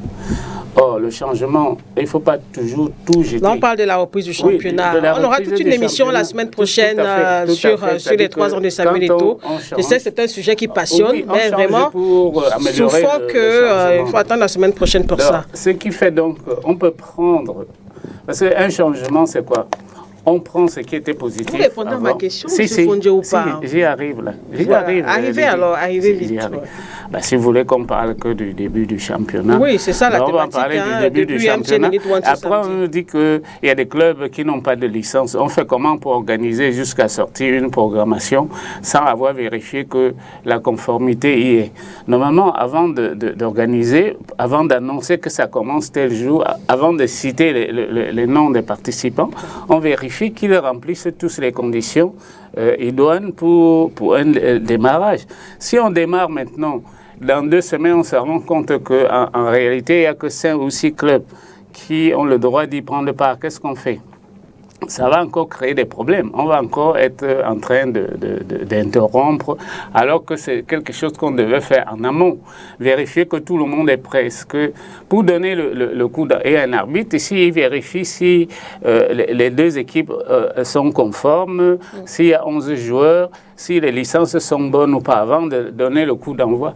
C'est pas après avoir donné le coup d'envoi qu'on revient dire « Ah ouais, en fait, je me suis trompé, celui-ci a un numéro double et tout ». Non, on vérifie tout ça. Alors là, on a suivi le secrétaire général tout à l'heure, hein, la liste va sortir le 6, donc la liste des joueurs. Donc on sera... La liste des joueurs. On sera à la veille, du coup si maintenant on se rend compte qu'il y a des joueurs inéligibles ou des équipes inéligibles, alors que le calendrier est déjà sorti, qu'est-ce qu'on fait? Je pense que là-dessus, si vous, avec votre permission, je voudrais dire que tout à l'heure, il faut qu'il y ait une confusion entre les listes déposées à la fédération, les documents physiques déposés à la fédération, les vérifications qui sont faites. Et à mi-parcours, dans ces vérifications, l'information aux joueurs en disant « Attention, venez parce qu'il y a telle situation qui peut permettre aux joueurs, pour que enfin le 6, la liste définitive des joueurs, ça veut dire, quand ils le font, ça veut dire que le 6, on aura résorbé toute cette situation. Mais on ne pouvait pas la garder comme ça là et ne pas en parler. Rendre public, c'est de permettre aux uns et aux autres. Donc voilà. Je pense que le championnat... Et les clubs avaient, je crois, jusqu'à aujourd'hui, jusqu'à ce jour, justement, pour apporter tous les rectificatifs. Tout à fait. Le championnat va certainement, inéluctablement démarrer samedi. Le confort, il faut aussi vérifier de manière à ce que les joueurs soient confortables, parce que le premier élément qui permet à un joueur de bien donner en performance, c'est d'abord son équipement. Absolument. Et comme je suis là, l'équipementier du championnat, j'aimerais, parce que jusqu'à date, ces équipements qui sont ici sur la table, qui sortent de la même chaîne de production que toutes les grandes marques qu'on sait, sont encore stockés chez le sponsor. Et sauf si ça m'a échappé, mais jusqu'à ce jour, ces maillots n'ont pas encore été distribués aux clubs. Or, les clubs qui n'ont pas les moyens sont obligés d'aller acheter de la chinoiserie au marché, alors qu'il y a des maillots aux normes traités hypoallergéniques à leur disposition chez le sponsor. Mais au niveau des canons, qu'est-ce qui Est-ce que vous avez ce problème-là qu'il est en train de moi, ce que je voudrais dire, j'ai vu l'organisation de la Ligue, Guinness League, l'autre jour. Je pense qu'il y a une grosse cérémonie qui a été organisée et une remise officielle et solennelle des équipements a été faite par le sponsor, c'est-à-dire des kits, a été faite. Donc, je ne sais pas si dans ce cadre-là, c'est vrai que je suis un peu surpris par les propos de mon frère et ami. Je suis un peu surpris parce que déjà, je découvre ici que je connais ces équipements, mais on fait plusieurs plateaux déjà plusieurs fois. Je ne savais pas que c'était lui, l'équipementier. Mais je dis que nous, au Canon, on reçoit les équipements. Il faut dire quelque chose, je le disais là tout à l'heure. Je parle du cas du Canon.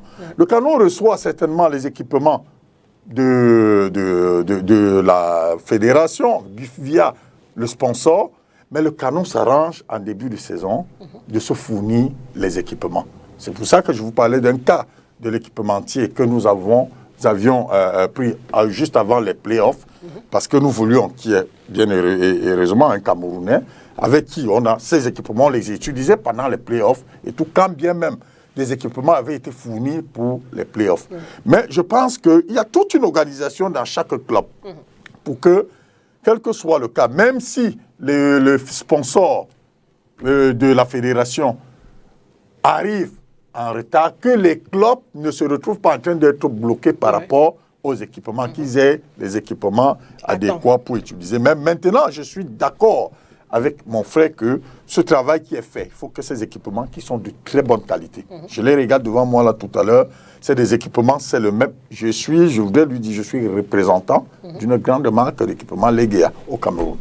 Ça, je le dis, c'est sans publicité. Donc, quand je regarde la texture et tout, c'est les mêmes, c'est sorti dans les mêmes moldes de fabrication. Et c'est moi qui prône, n'est-ce pas, la camerounisation des je suis très content. Et quand ces équipements sont mis à disposition, il faut qu'on les donne aux équipes, aux clubs, qu'on puisse les utiliser et qu'on mette en exergue cette marque qui fait un très très bon travail ici ce soir. Donc, oui. Mon frère et ami de Canon a dit ce que je pensais. Je souhaite donc que le championnat démarre samedi, qu'il n'y ait pas de problème, qu'on fasse un peu comme avant, parce que je suis peut-être le plus ancien parmi vous ici. Avant, comment cela se passait? Avant le début du championnat, on se retrouvait, par exemple, au Hilton Hotel sans publicité, avec le ministre, le président de la fédération, le secrétaire général, le sponsor, et tout le monde se retrouvait autour de cette réunion. Le montant je ne sais pas s'il faut appeler ça subvention ou pas, la somme que le sponsor donnait était publiée, c'était connu. Et chaque club repartait de cette réunion avec son chèque. Là, après, il n'y avait plus de problème. Et on leur donnait l'adresse du fournisseur des équipements. Chaque club venait chez Smart Sport et prenait son carton des équipements et s'en allait. C'est pour ça que je disais au début qu'il faut parfois prendre ce qui était positif avant de faire un saut dans l'inconnu pour un changement. Donc, je souhaite, pour ma part, que les clubs, que les équipes prennent leurs équipements. Vous allez voir, le président actuel a voulu que le championnat du Cameroun ressemble à celui de l'Allemagne. Mais je peux vous assurer qu'avec la qualité des équipements que je fournis, nous serons du point de vue vestimentaire largement au-dessus du championnat allemand. Ce qui n'est pas rien. Ce n'est pas rien et il faut bien commencer quelque part. Quelque part, tout à fait. Alors, Tchadja Fumba, ce championnat qui redémarre ce samedi du côté de Mélon. Vous allez faire un tour à Mélon pour regarder l'ouverture de la saison ou pas? Bon, en espérant que ça démarre d'abord. Parce qu'on a habitué... Ah, ça ne devrait pas? Puisqu'il y a encore des interrogations qui ne sont pas levées. Voilà l'équipementier qui dit que les équipements que les joueurs vont aborder le week-end sont encore à la disposition de l'annonceur. De façon matérielle, si vous jouez à Garoua et que vos équipements sont encore à Douala, de façon matérielle, pour arriver à Garoua, combien de clubs sont capables d'expédier les maillots par vol? Est-ce qu'il a dit que les clubs n'ont pas d'équipement? Est-ce que vous comprenez ce que vous comprenez ce que je parle? Vous comprenez-moi bien. Je dis que l'équipementier de l'annonceur. La préoccupation de voilà, c'est-à-dire que l'équipementier. Le championnat qui démarre samedi, est-ce que les clubs ne vont pas aborder? Mais justement, c'est la question fondamentale qu'on se pose. À quoi, qu'est-ce que vaut l'effet de porter les effigies de l'annonceur? Tant qu'on ne va pas mettre quelque chose sur la table, on va toujours faire comme ça, malin et demi. Là, je te coupe comme tu le faisais. Voilà un maillot du Canon produit par Smart Sport. Est-ce que depuis, tu as vu Canon jouer à Smart Sport? Le Canon ne joue pas avec équipement cependant. Je ne prends que cet exemple. Voilà un maillot Coton Sport de Garoua, Smart Sport. Mais tu sais que Coton joue avec Fura, sans publicité, n'est-ce pas? Je continue. Voilà Victoria United, Smart Sport. Mais tout récemment, trophée des champions, Victoria a joué avec des maillots, n'est-ce pas? Maintenant, je peux pas. C'est peut-être ce qu'il ne comprend pas. C'est pour ça qu'il ne comprend pas. Il faut donc lui expliquer. Mais quand on veut lui expliquer, il ne veut même pas écouter. Mais je t'ai laissé parler. Moi, c'est un débat interactif. Vous pouvez me couper à tout moment. Moi, vu qu'en me coupant, vous finissez, vous me redonnez ma parole. Moi, je n'ai pas un problème. Tu vois que nous, on te laisse même couper depuis. Non. Mais je vous ai laissé. Permettez que je vous explique. Alors, dans un court instant, on va vous proposer, aussi un entretien que nous a accordé le chef de département communication de l'Africa Foot, Jean-Marie Koussa, tout à l'heure. Je peux finir. Allez-y, Tchadja. J'étais en train de dire ceci. Ok. Si on a un annonceur principal pour une organisation et que l'annonceur principal décide d'équiper des athlètes pour la compétition et qu'à ce jour, ces équipements ne sont pas à disposition des clubs, c'est qu'il y a un problème. On est d'accord tous ici. Nous tous, on l'a accepté. Maintenant, comment faire pour résoudre ce problème? Moi, je dis encore, je veux convoquer le temps passé. Je crois que Smarty était logé non loin du palais d'Ikarakoa, si je ne me trompe pas. À l'époque, quand j'étais dans certains clubs, on allait là-bas prendre des équipements. Voilà. Donc, ce qu'il a dit, quand on vous dit que des choses passées qui ont marché, essayons de les prendre et mettons actuellement, utilisons-les maintenant pour que ça marche. Et ne faisons pas comme ça. Permettez-moi. Tu sais au moins que la fédération met à disposition d'aller chercher la carte graphique pour que ceux-ci qui se procurent leur maillot de par leur équipementier avec qui ils ont signé utilisent cette même carte graphique qui mettra en exergue si le problème est un problème de mise en valeur de l'annonceur, n'est-ce pas? Ça suppose que Coton Sport, qui a un contrat avec Fura, n'est-ce pas, va bien sûr prendre les maillots Smart qui lui sont proposés, qui lui sont gracieusement offerts. Il les utilisera peut-être pour les entraînements, il les utilisera, mais utilisera ces maillots Fura avec la carte graphique en respectant la carte graphique de la fédération. C'est donc ça le problème. Oui, mais c'est pour ça que je te disais que l'inquiétude que tu avais tout à l'heure en disant que s'ils n'ont pas récupéré les équipements du sponsor, qui est de l'équipementier, qui est sur ce plateau avec nous et qui se plaint que l'équipement, ça ne veut pas dire qu'ils n'ont pas d'équipement. Voilà. Non, ce n'est pas ce que je dis. Qu'est-ce que tu dis? Écoutez-moi bien. Oui, allez-y rapidement, Tchadja. Non, il y a un point marketing. Permettez-moi de... Mais c'est ce que le local il y a un point marketing. Parce que sur ce maillot, il y a l'effigie de l'annonceur principal, il y a aussi l'effigie de l'équipementier. C'est-à-dire qu'on communique d'abord pour l'annonceur principal, on communique pour l'équipementier via l'annonceur principal. Mais on ne communique pas pour l'équipementier. L'équipementier a un contrat, il a livré ses maillots. Voilà, point barre. On ne communique pas pour l'équipementier, n'a pas signé un contrat de communication. On achète et puis c'est tout. Voilà. Allez-y rapidement. On commande. Moi, je suis propriétaire de la marque Smart, autant que Puma est propriétaire de sa marque. Donc, quand on me passe la commande, j'imprime le logo.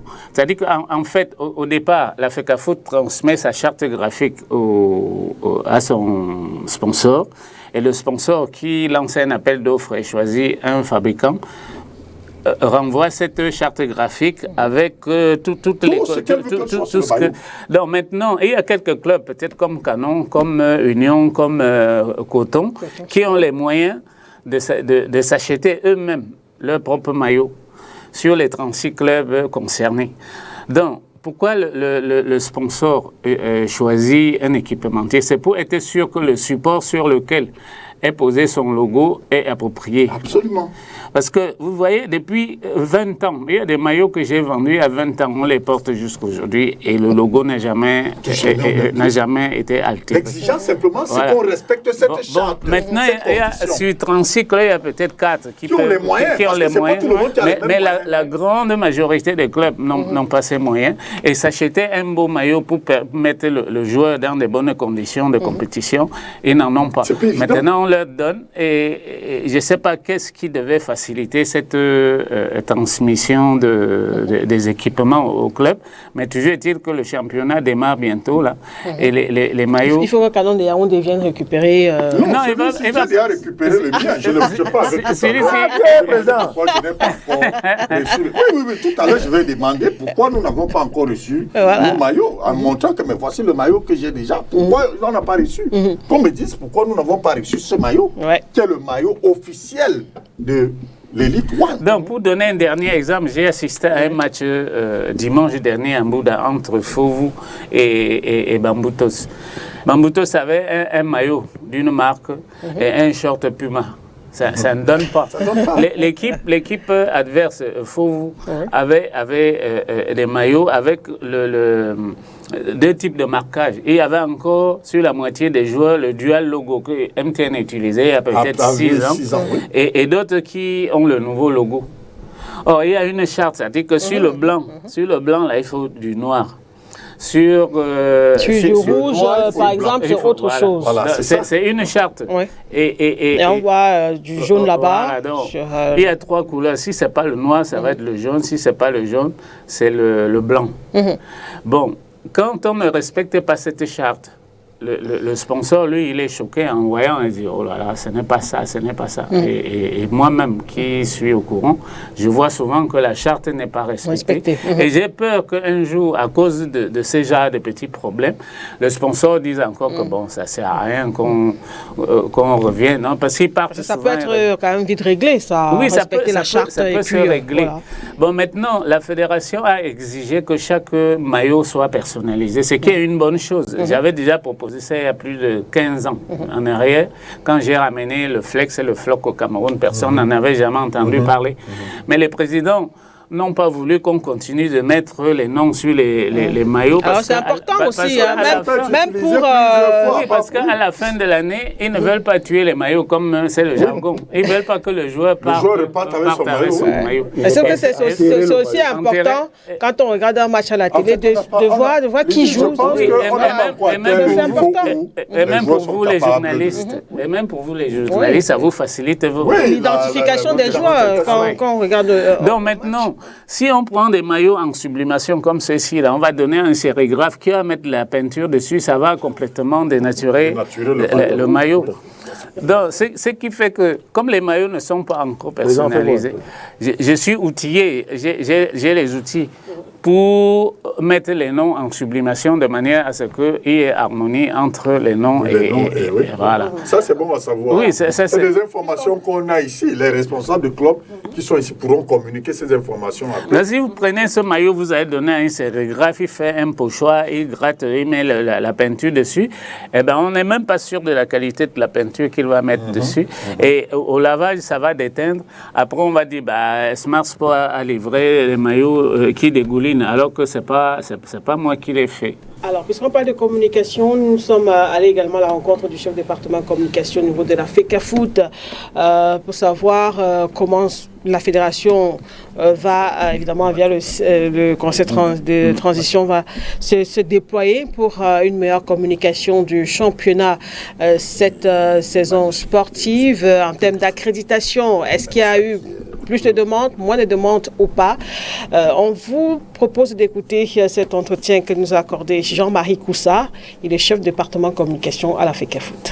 Alors, la Fédération camerounaise de football est heureuse de l'initiative de STV de venir auprès d'El Sankeri de la bonne information concernant le début des championnats professionnels. Il faut savoir que la FECAFOOT cette année compte organiser le meilleur championnat jamais organisé au Cameroun, jamais organisé sous l'ère de l'actuel président de la FECAFOOT, M. Samuel Eto'o, qui a mis tout en œuvre pour que ces championnats soient le meilleur. Et il y va donc de la réussite sur le plan de la communication. La communication va se déployer sous tous les aspects, les principaux étant le digital. Sachez que la FECAFOOT aujourd'hui met un point d'honneur sur le digital qui est le vecteur le plus important aujourd'hui de transmission de l'information. Donc à partir de ce jour même, vous aurez les affiches qui annoncent la rencontre de demain, de samedi, autant pour moi. Vous aurez également au niveau de la communication des outdoors, des banderoles de rue. Vous aurez le traditionnel qui est le sport. Vous aurez une communication de proximité à travers des caravanes itinérantes, trivialement appelées caravanes mobiles, qui vont sillonner les artères des grandes villes lorsqu'il y a rendez-vous, et ce sera le cas pour Melon samedi prochain, sachant que Komsamba n'étant pas très loin, ces caravanes vont également se rendre du côté de Komsamba, et vous aurez la participation des médias traditionnels, STV et tous les autres médias, aussi bien les médias locaux, lorsque je parle de locaux pour une ville comme Melon, que les médias nationaux seront associés pour que la communication cette année ait effectué un bon saut qualitatif et que nous ayons donc de ce point de vue le meilleur championnat. La FECAFOOT, heureusement, est toujours disponible pour l'accès à l'information. La preuve, la démarche que vous faites aujourd'hui, vous nous avez contacté et nous sommes rendus disponibles pour vous fournir l'information. Nous sommes aussi conscients qu'on évolue dans un environnement où parfois c'est la source qui doit aller aux journalistes, et donc à chaque fois que le besoin va se faire ressentir de communiquer, et bien la fédération se fera le devoir de communiquer, tout en sachant que évidemment les médias ayant sollicité une accréditation et justifiant de la qualité de médias reconnus vont évidemment être accrédités pour couvrir l'ensemble de nos compétitions, et toutes les demandes particulières qui peuvent être des demandes d'interview, comme c'est le cas aujourd'hui, qui peuvent être des sollicitations par rapport à l'accès à l'information, à l'accès aux personnes ressources, et bien la Fédération camerounaise de football se fera le devoir de fournir de répondre favorablement à ces différentes demandes pour que les médias aient la bonne information, l'opinion ait la bonne information, et qu'à la fin, puisque c'est l'objectif de la FECAFOOT en organisant ces championnats, les acteurs premiers que sont les joueurs soient starifiés. Commençons par les accréditations. Je peux vous dire qu'aujourd'hui, la FECAFOOT enregistre peut-être la demande la plus importante jamais enregistrée pour la couverture des championnats professionnels au Cameroun. Je le dis d'expérience, j'ai été à la Ligue de football professionnel. Là-bas aussi, nous travaillons à accréditer les journalistes. Les demandes qui ont été effectuées cette année sont de très loin élevées par rapport à ce qui se faisait par le passé. Cela témoigne de l'engouement de la presse locale, mais aussi internationale, à couvrir le championnat du Cameroun. Au niveau de la couverture, nous avons également des demandes de plus en plus importantes de la presse locale à avoir les accès pour les retransmissions. Mais vous savez, la FECAFOOT est en partenariat avec la chaîne nationale, et aujourd'hui la FECAFOOT réfléchit à élargir l'assiette de ce partenariat avec le digital, qui fait partie aujourd'hui d'un volet très important de retransmission et qui peut également constituer une niche importante de revenus. Et donc tous ces éléments mis ensemble m'amènent modestement à penser que le championnat national du Cameroun, MTN Elite 1, MTN Elite 2, la Guinée Super League et toutes les compétitions connexes, eh bien, suscite un intérêt important auprès des médias. La première modeste recommandation aux journalistes, eh bien, c'est de solliciter une accréditation. Le processus a été ouvert, il a été refermé, donc il faudrait que tous les confrères de la presse sachent qu'il est important d'avoir une accréditation avant de se rendre dans un stade de football. Cela éviterait des tensions avec les responsables qui sont chargés de sécuriser les entrées, parce que par le passé, il y a eu ces soucis de journalistes qui s'étaient retrouvés à l'entrée d'un stade et qui étaient bloqués alors qu'ils sont venus faire leur travail. Donc, solliciter une accréditation, ceux qui l'ont sollicité recevront les accréditations d'ici la fin de la semaine, du moins avant le lancement de la saison prévue samedi prochain à Melon. Solliciter une accréditation, venez à la source à chaque fois que vous avez une préoccupation, qu'elle concerne le plan technique et que vous savez que la fédération peut vous apporter des éléments de réponse, ou même le plan administratif, je veux dire l'organisation matérielle de la compétition. N'hésitez pas un seul instant à saisir la Fédération camerounaise de football, le département communication de la FECAFOOT, la direction marketing et communication de la FECAFOOT sont à votre disposition, je veux dire entière disposition, pour répondre à toutes vos sollicitations, quelles qu'elles soient, pourvu qu'elles soient posées dans les règles de l'art. Et je ne doute pas un seul instant, puisque depuis que l'exécutif actuel est en place, les médias ont toujours accompagné la Fédération camerounaise de football. Je ne doute pas un seul instant de leur accompagnement constant. En précisant une dernière chose, eh bien cette année, nous l'avons un peu expérimenté l'année dernière, nous allons poursuivre sur cette lancée. Il y aura les médias officers à chaque rencontre. Les médias officers, c'est l'occasion de donner une tribune d'expression, d'exposition aux professionnels de médias qui, avant le début du championnat, auront un briefing sur le travail du média officer pour ceux qui sont novices, parce que ces l'année dernière savent déjà comment ça fonctionne et pourront s'exprimer à travers la connaissance, le savoir-faire autour de l'organisation des matchs de football. Tous ces éléments sont mis ensemble pour que les médias se sentent impliqués, concernés, parce que si on veut organiser le meilleur des championnats, comme c'est le cas cette année, ça ne peut se faire sans l'apport substantiel des médias. Et bien, sachez, vous les médias, que la Fédération compte sur vous. Ensemble, nous voulons redonner à notre football toutes ses lettres de noblesse.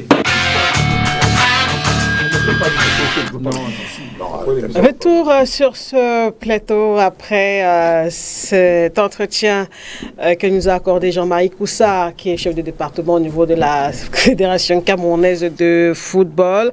Alors, Georges Rim, vous qui êtes habitué justement aux médias, il dit par exemple que cette année, il y a eu beaucoup de demandes d'accréditation. Pour vous, qu'est-ce que cela traduit? Ça traduit l'engouement suscité par notre championnat. Il n'y a que ce qui est attractif qui suscite autant d'engouement. Si quelque chose, si un produit n'est pas intéressant, s'il n'est pas attractif... Vous n'êtes pas d'accord? S'il n'est pas intéressant... Je vais bien rire parce que... Je n'ai pas terminé. On dit en journalisme qu'on s'intéresse au train qui n'arrive pas à l'heure. Donc ça veut dire que comme le train n'est pas arrivé à l'heure, on veut savoir pourquoi il n'est pas arrivé à l'heure. C'est pour ça qu'il y a beaucoup d'accréditations. C'est aussi simple à réfléchir, à répondre. Ça, c'est peut-être une autre lecture. C'est une autre grille de lecture. C'est ton point de vue. Ouais. Tu es libre de penser comme tu penses. Mais je dis que le fait que cette année, du moins pour cette saison, qu'il y ait autant de médias qui veuillent s'intéresser, et là nous parlons de spectacle, c'est la preuve que ce spectacle est intéressant. Il fait courir. Ailleurs, on applaudit des deux mains la diffusion d'un spectacle par beaucoup de médias. Oui. Je suis ici, c'est nous qu'on estime que c'est parce que c'est mauvais que ça fait autant les médias veulent comprendre. S'il te plaît, tu auras la possibilité de t'exprimer tout à l'heure. Prends ton mal en patience. Nous sommes en fin d'émission. Donc, c'est une très bonne chose que les médias s'intéressent à notre championnat. Mais moi, j'aurais voulu que cet intérêt pour notre championnat s'exprime davantage par l'achat des droits TV qui profiteraient davantage au club. Mais c'est déjà une bonne chose que de plus en plus que la presse tout entière pas seulement celle spécialisée, c'est-à-dire celle sportive, mais globale. Suffisant, l'attractivité du championnat. Donc, personne ne dira le contraire de cela. C'est un indicateur fort de l'attractivité de ce championnat. Alors peut-être d'autres indicateurs aussi, pour les Panlo, c'est peut-être, on parle tout à l'heure des listes, hein. Le 6 décembre, on aura la publication des listes avant le coup d'envoi du championnat, côté masculin et côté féminin. On a déjà aussi la liste des joueuses définitives, hein, des joueuses, encadreurs techniques, administratifs même. Le timing a été respecté parce que lors de l'annonce l'autre jour, quitte de certains qui disent que c'est des annonces pompeuses, le timing c'était aujourd'hui. Et tout à l'heure, dans votre transcripteur, les listes sont déjà pour le football, l'élite, le football féminin, les listes sont disponibles. Donc le 6, les listes également, c'est-à-dire des encadreurs, que ce soit des administratifs, parce que ce qu'il faut savoir, c'est qu'il y a un organigramme qui a été envoyé au club depuis le début de saison, avant que la plupart des clubs ne tiennent leur conseil d'administration. L'exigence, c'était de s'arrimer à cet organigramme qui, en fait, est en train d'amener les clubs vers ce professionnalisme. Parce que, Lydie, ce qu'on dit depuis, les gens ne regardent que, oui, les embûches, ah non, ceci n'a pas marché, non. S'arrimer au championnat professionnel, c'est compliqué dans le contexte camerounais parce que les gens, c'est-à-dire, sont restés là, ont une idée de comment le championnat doit se faire et tout. Non, ça passe par une révolution, comme Rim le disait là tout à l'heure, révolution dans tout le sens du terme. Au niveau des clubs, il faut que les clubs, dans leur structure, dans toutes les structures, que ce soit administrative, que ce soit technique et tout, ça arrive à ce que la fédération voudrait que cela soit. Ça, c'est un fait. Et c'est pour ça que vous allez voir que dans le document que je vous ai envoyé, inbox, vous verrez tout à l'heure qu'au niveau du football féminin, cet organigramme est respecté et les publications sont faites dans ce cadre-là. Ce sera la même chose le 6 quand les communications seront faites au niveau du football.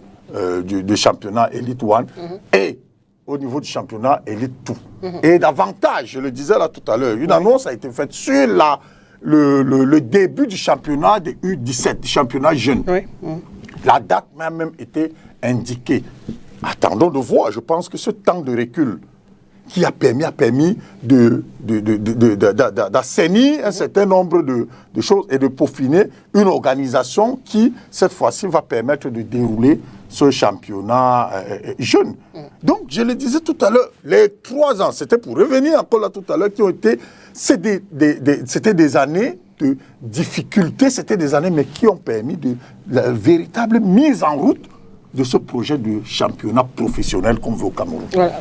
Un dernier mot en quelques secondes. Voilà, Bamboutos de Bouddha. Un tout petit. Bamboutos de... On est en fin d'émission, M. Fondio. Oui, on est en fin d'émission. Bamboutos de Bouddha, qu'est-ce que vous attendez, qu'est-ce que vous espérez de votre équipe Bamboutos de Bouddha, Bamboutos de Bouddha a pour ambition d'être champion du Cameroun, de gagner la Coupe du Cameroun et pourquoi pas la Coupe d'Afrique des Nations. Non, des clubs. Alors déjà, dès dimanche, même comme mon voisin et ami, on est amis ici. Mais sur le terrain, après le match, on va revenir. Voilà, à Bouddha, voilà, dès que le match finit, je vous invite au gymnase olympique pour manger une pizza que j'aurais faite de mes propres mains. À Bouddha? À Bouddha, j'ai le restaurant, la pizzeria du... Merci. Alors, Paul et Panlo et Kango, Canon de Yaoundé, quelles sont vos ambitions pour le compte de cette nouvelle saison? Nos ambitions, on les démontrera déjà à Bouddha dès dimanche, ni moins. Gagner, nous sommes le Canon et sur un projet depuis des années, pour la Coupe le retour du Kwaku, et les moyens sont mis.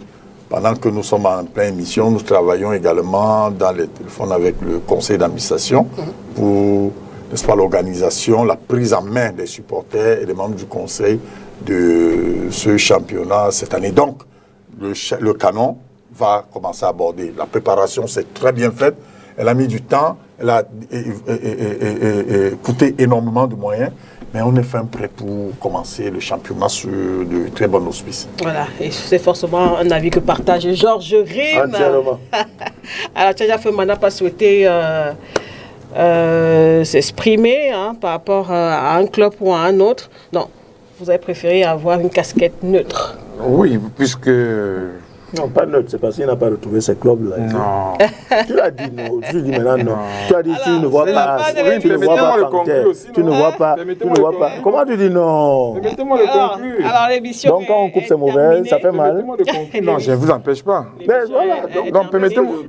Un mot sur peut-être Panthère. Non, pas forcément Panthère. La Jumanto. Oui, bien, que Panthère puisse avoir un championnat un jour, c'est un souhait. La Coupe du Cameroun, ce n'est pas significatif. C'est significatif, mais ce n'est pas ce qu'on attend lorsqu'on lance un championnat. Panthère n'est pas seul. Que Dynamo puisse aussi remporter un championnat. Donc, il y a beaucoup de clubs qui sont là, qui n'ont que des Coupes du Cameroun, qui n'ont pas de championnat.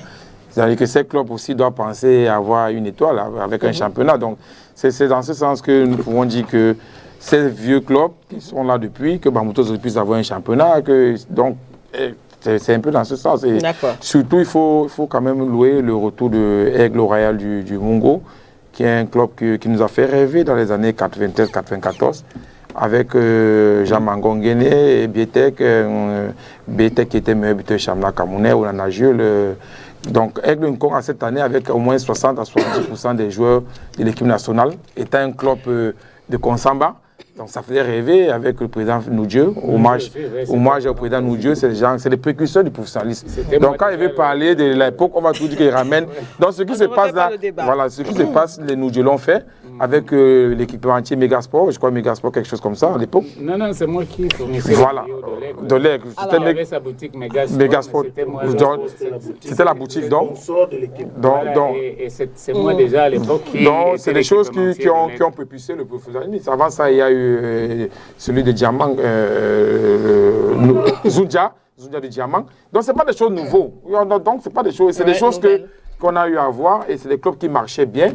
Et les joueurs avaient plus de 200 000 francs dans les années 90, années 80. Est-ce que c'était structuré? C'était mieux structuré. Non, monsieur. Non, c'était très bien structuré. Non, monsieur. Qu'est-ce que tu entends par structuration? Mais la structuration... Faux et archives, ce n'est pas tous les clubs. Tu avais des clubs, je vais te dire, tu avais les clubs qui donnaient les 1 million. Olympique de Gaulle donnait 1,5 million aux joueurs. Ça ne veut pas dire que tous les autres joueurs du club championnat donnaient 1 million. Je suis en train de vous dire ceci. Je peux conclure. Non, c'est 200 000 que vous prenez là. On l'a eu depuis les années 80, avant la dévaluation. L'obligation, c'est que c'est moi, l'obligation de payer un joueur. Erin Gado qui est à la réalisation ce soir, Zipierre au son, Landry Ossa derrière les caméras, Yvonne Amougou au maquillage. Merci à mes sportifs de nous avoir regardés. Ne manquez pas la reprise du championnat samedi du côté de Melon. Au revoir. Là, tu veux conclure quelque chose. Oui. Je peux parler.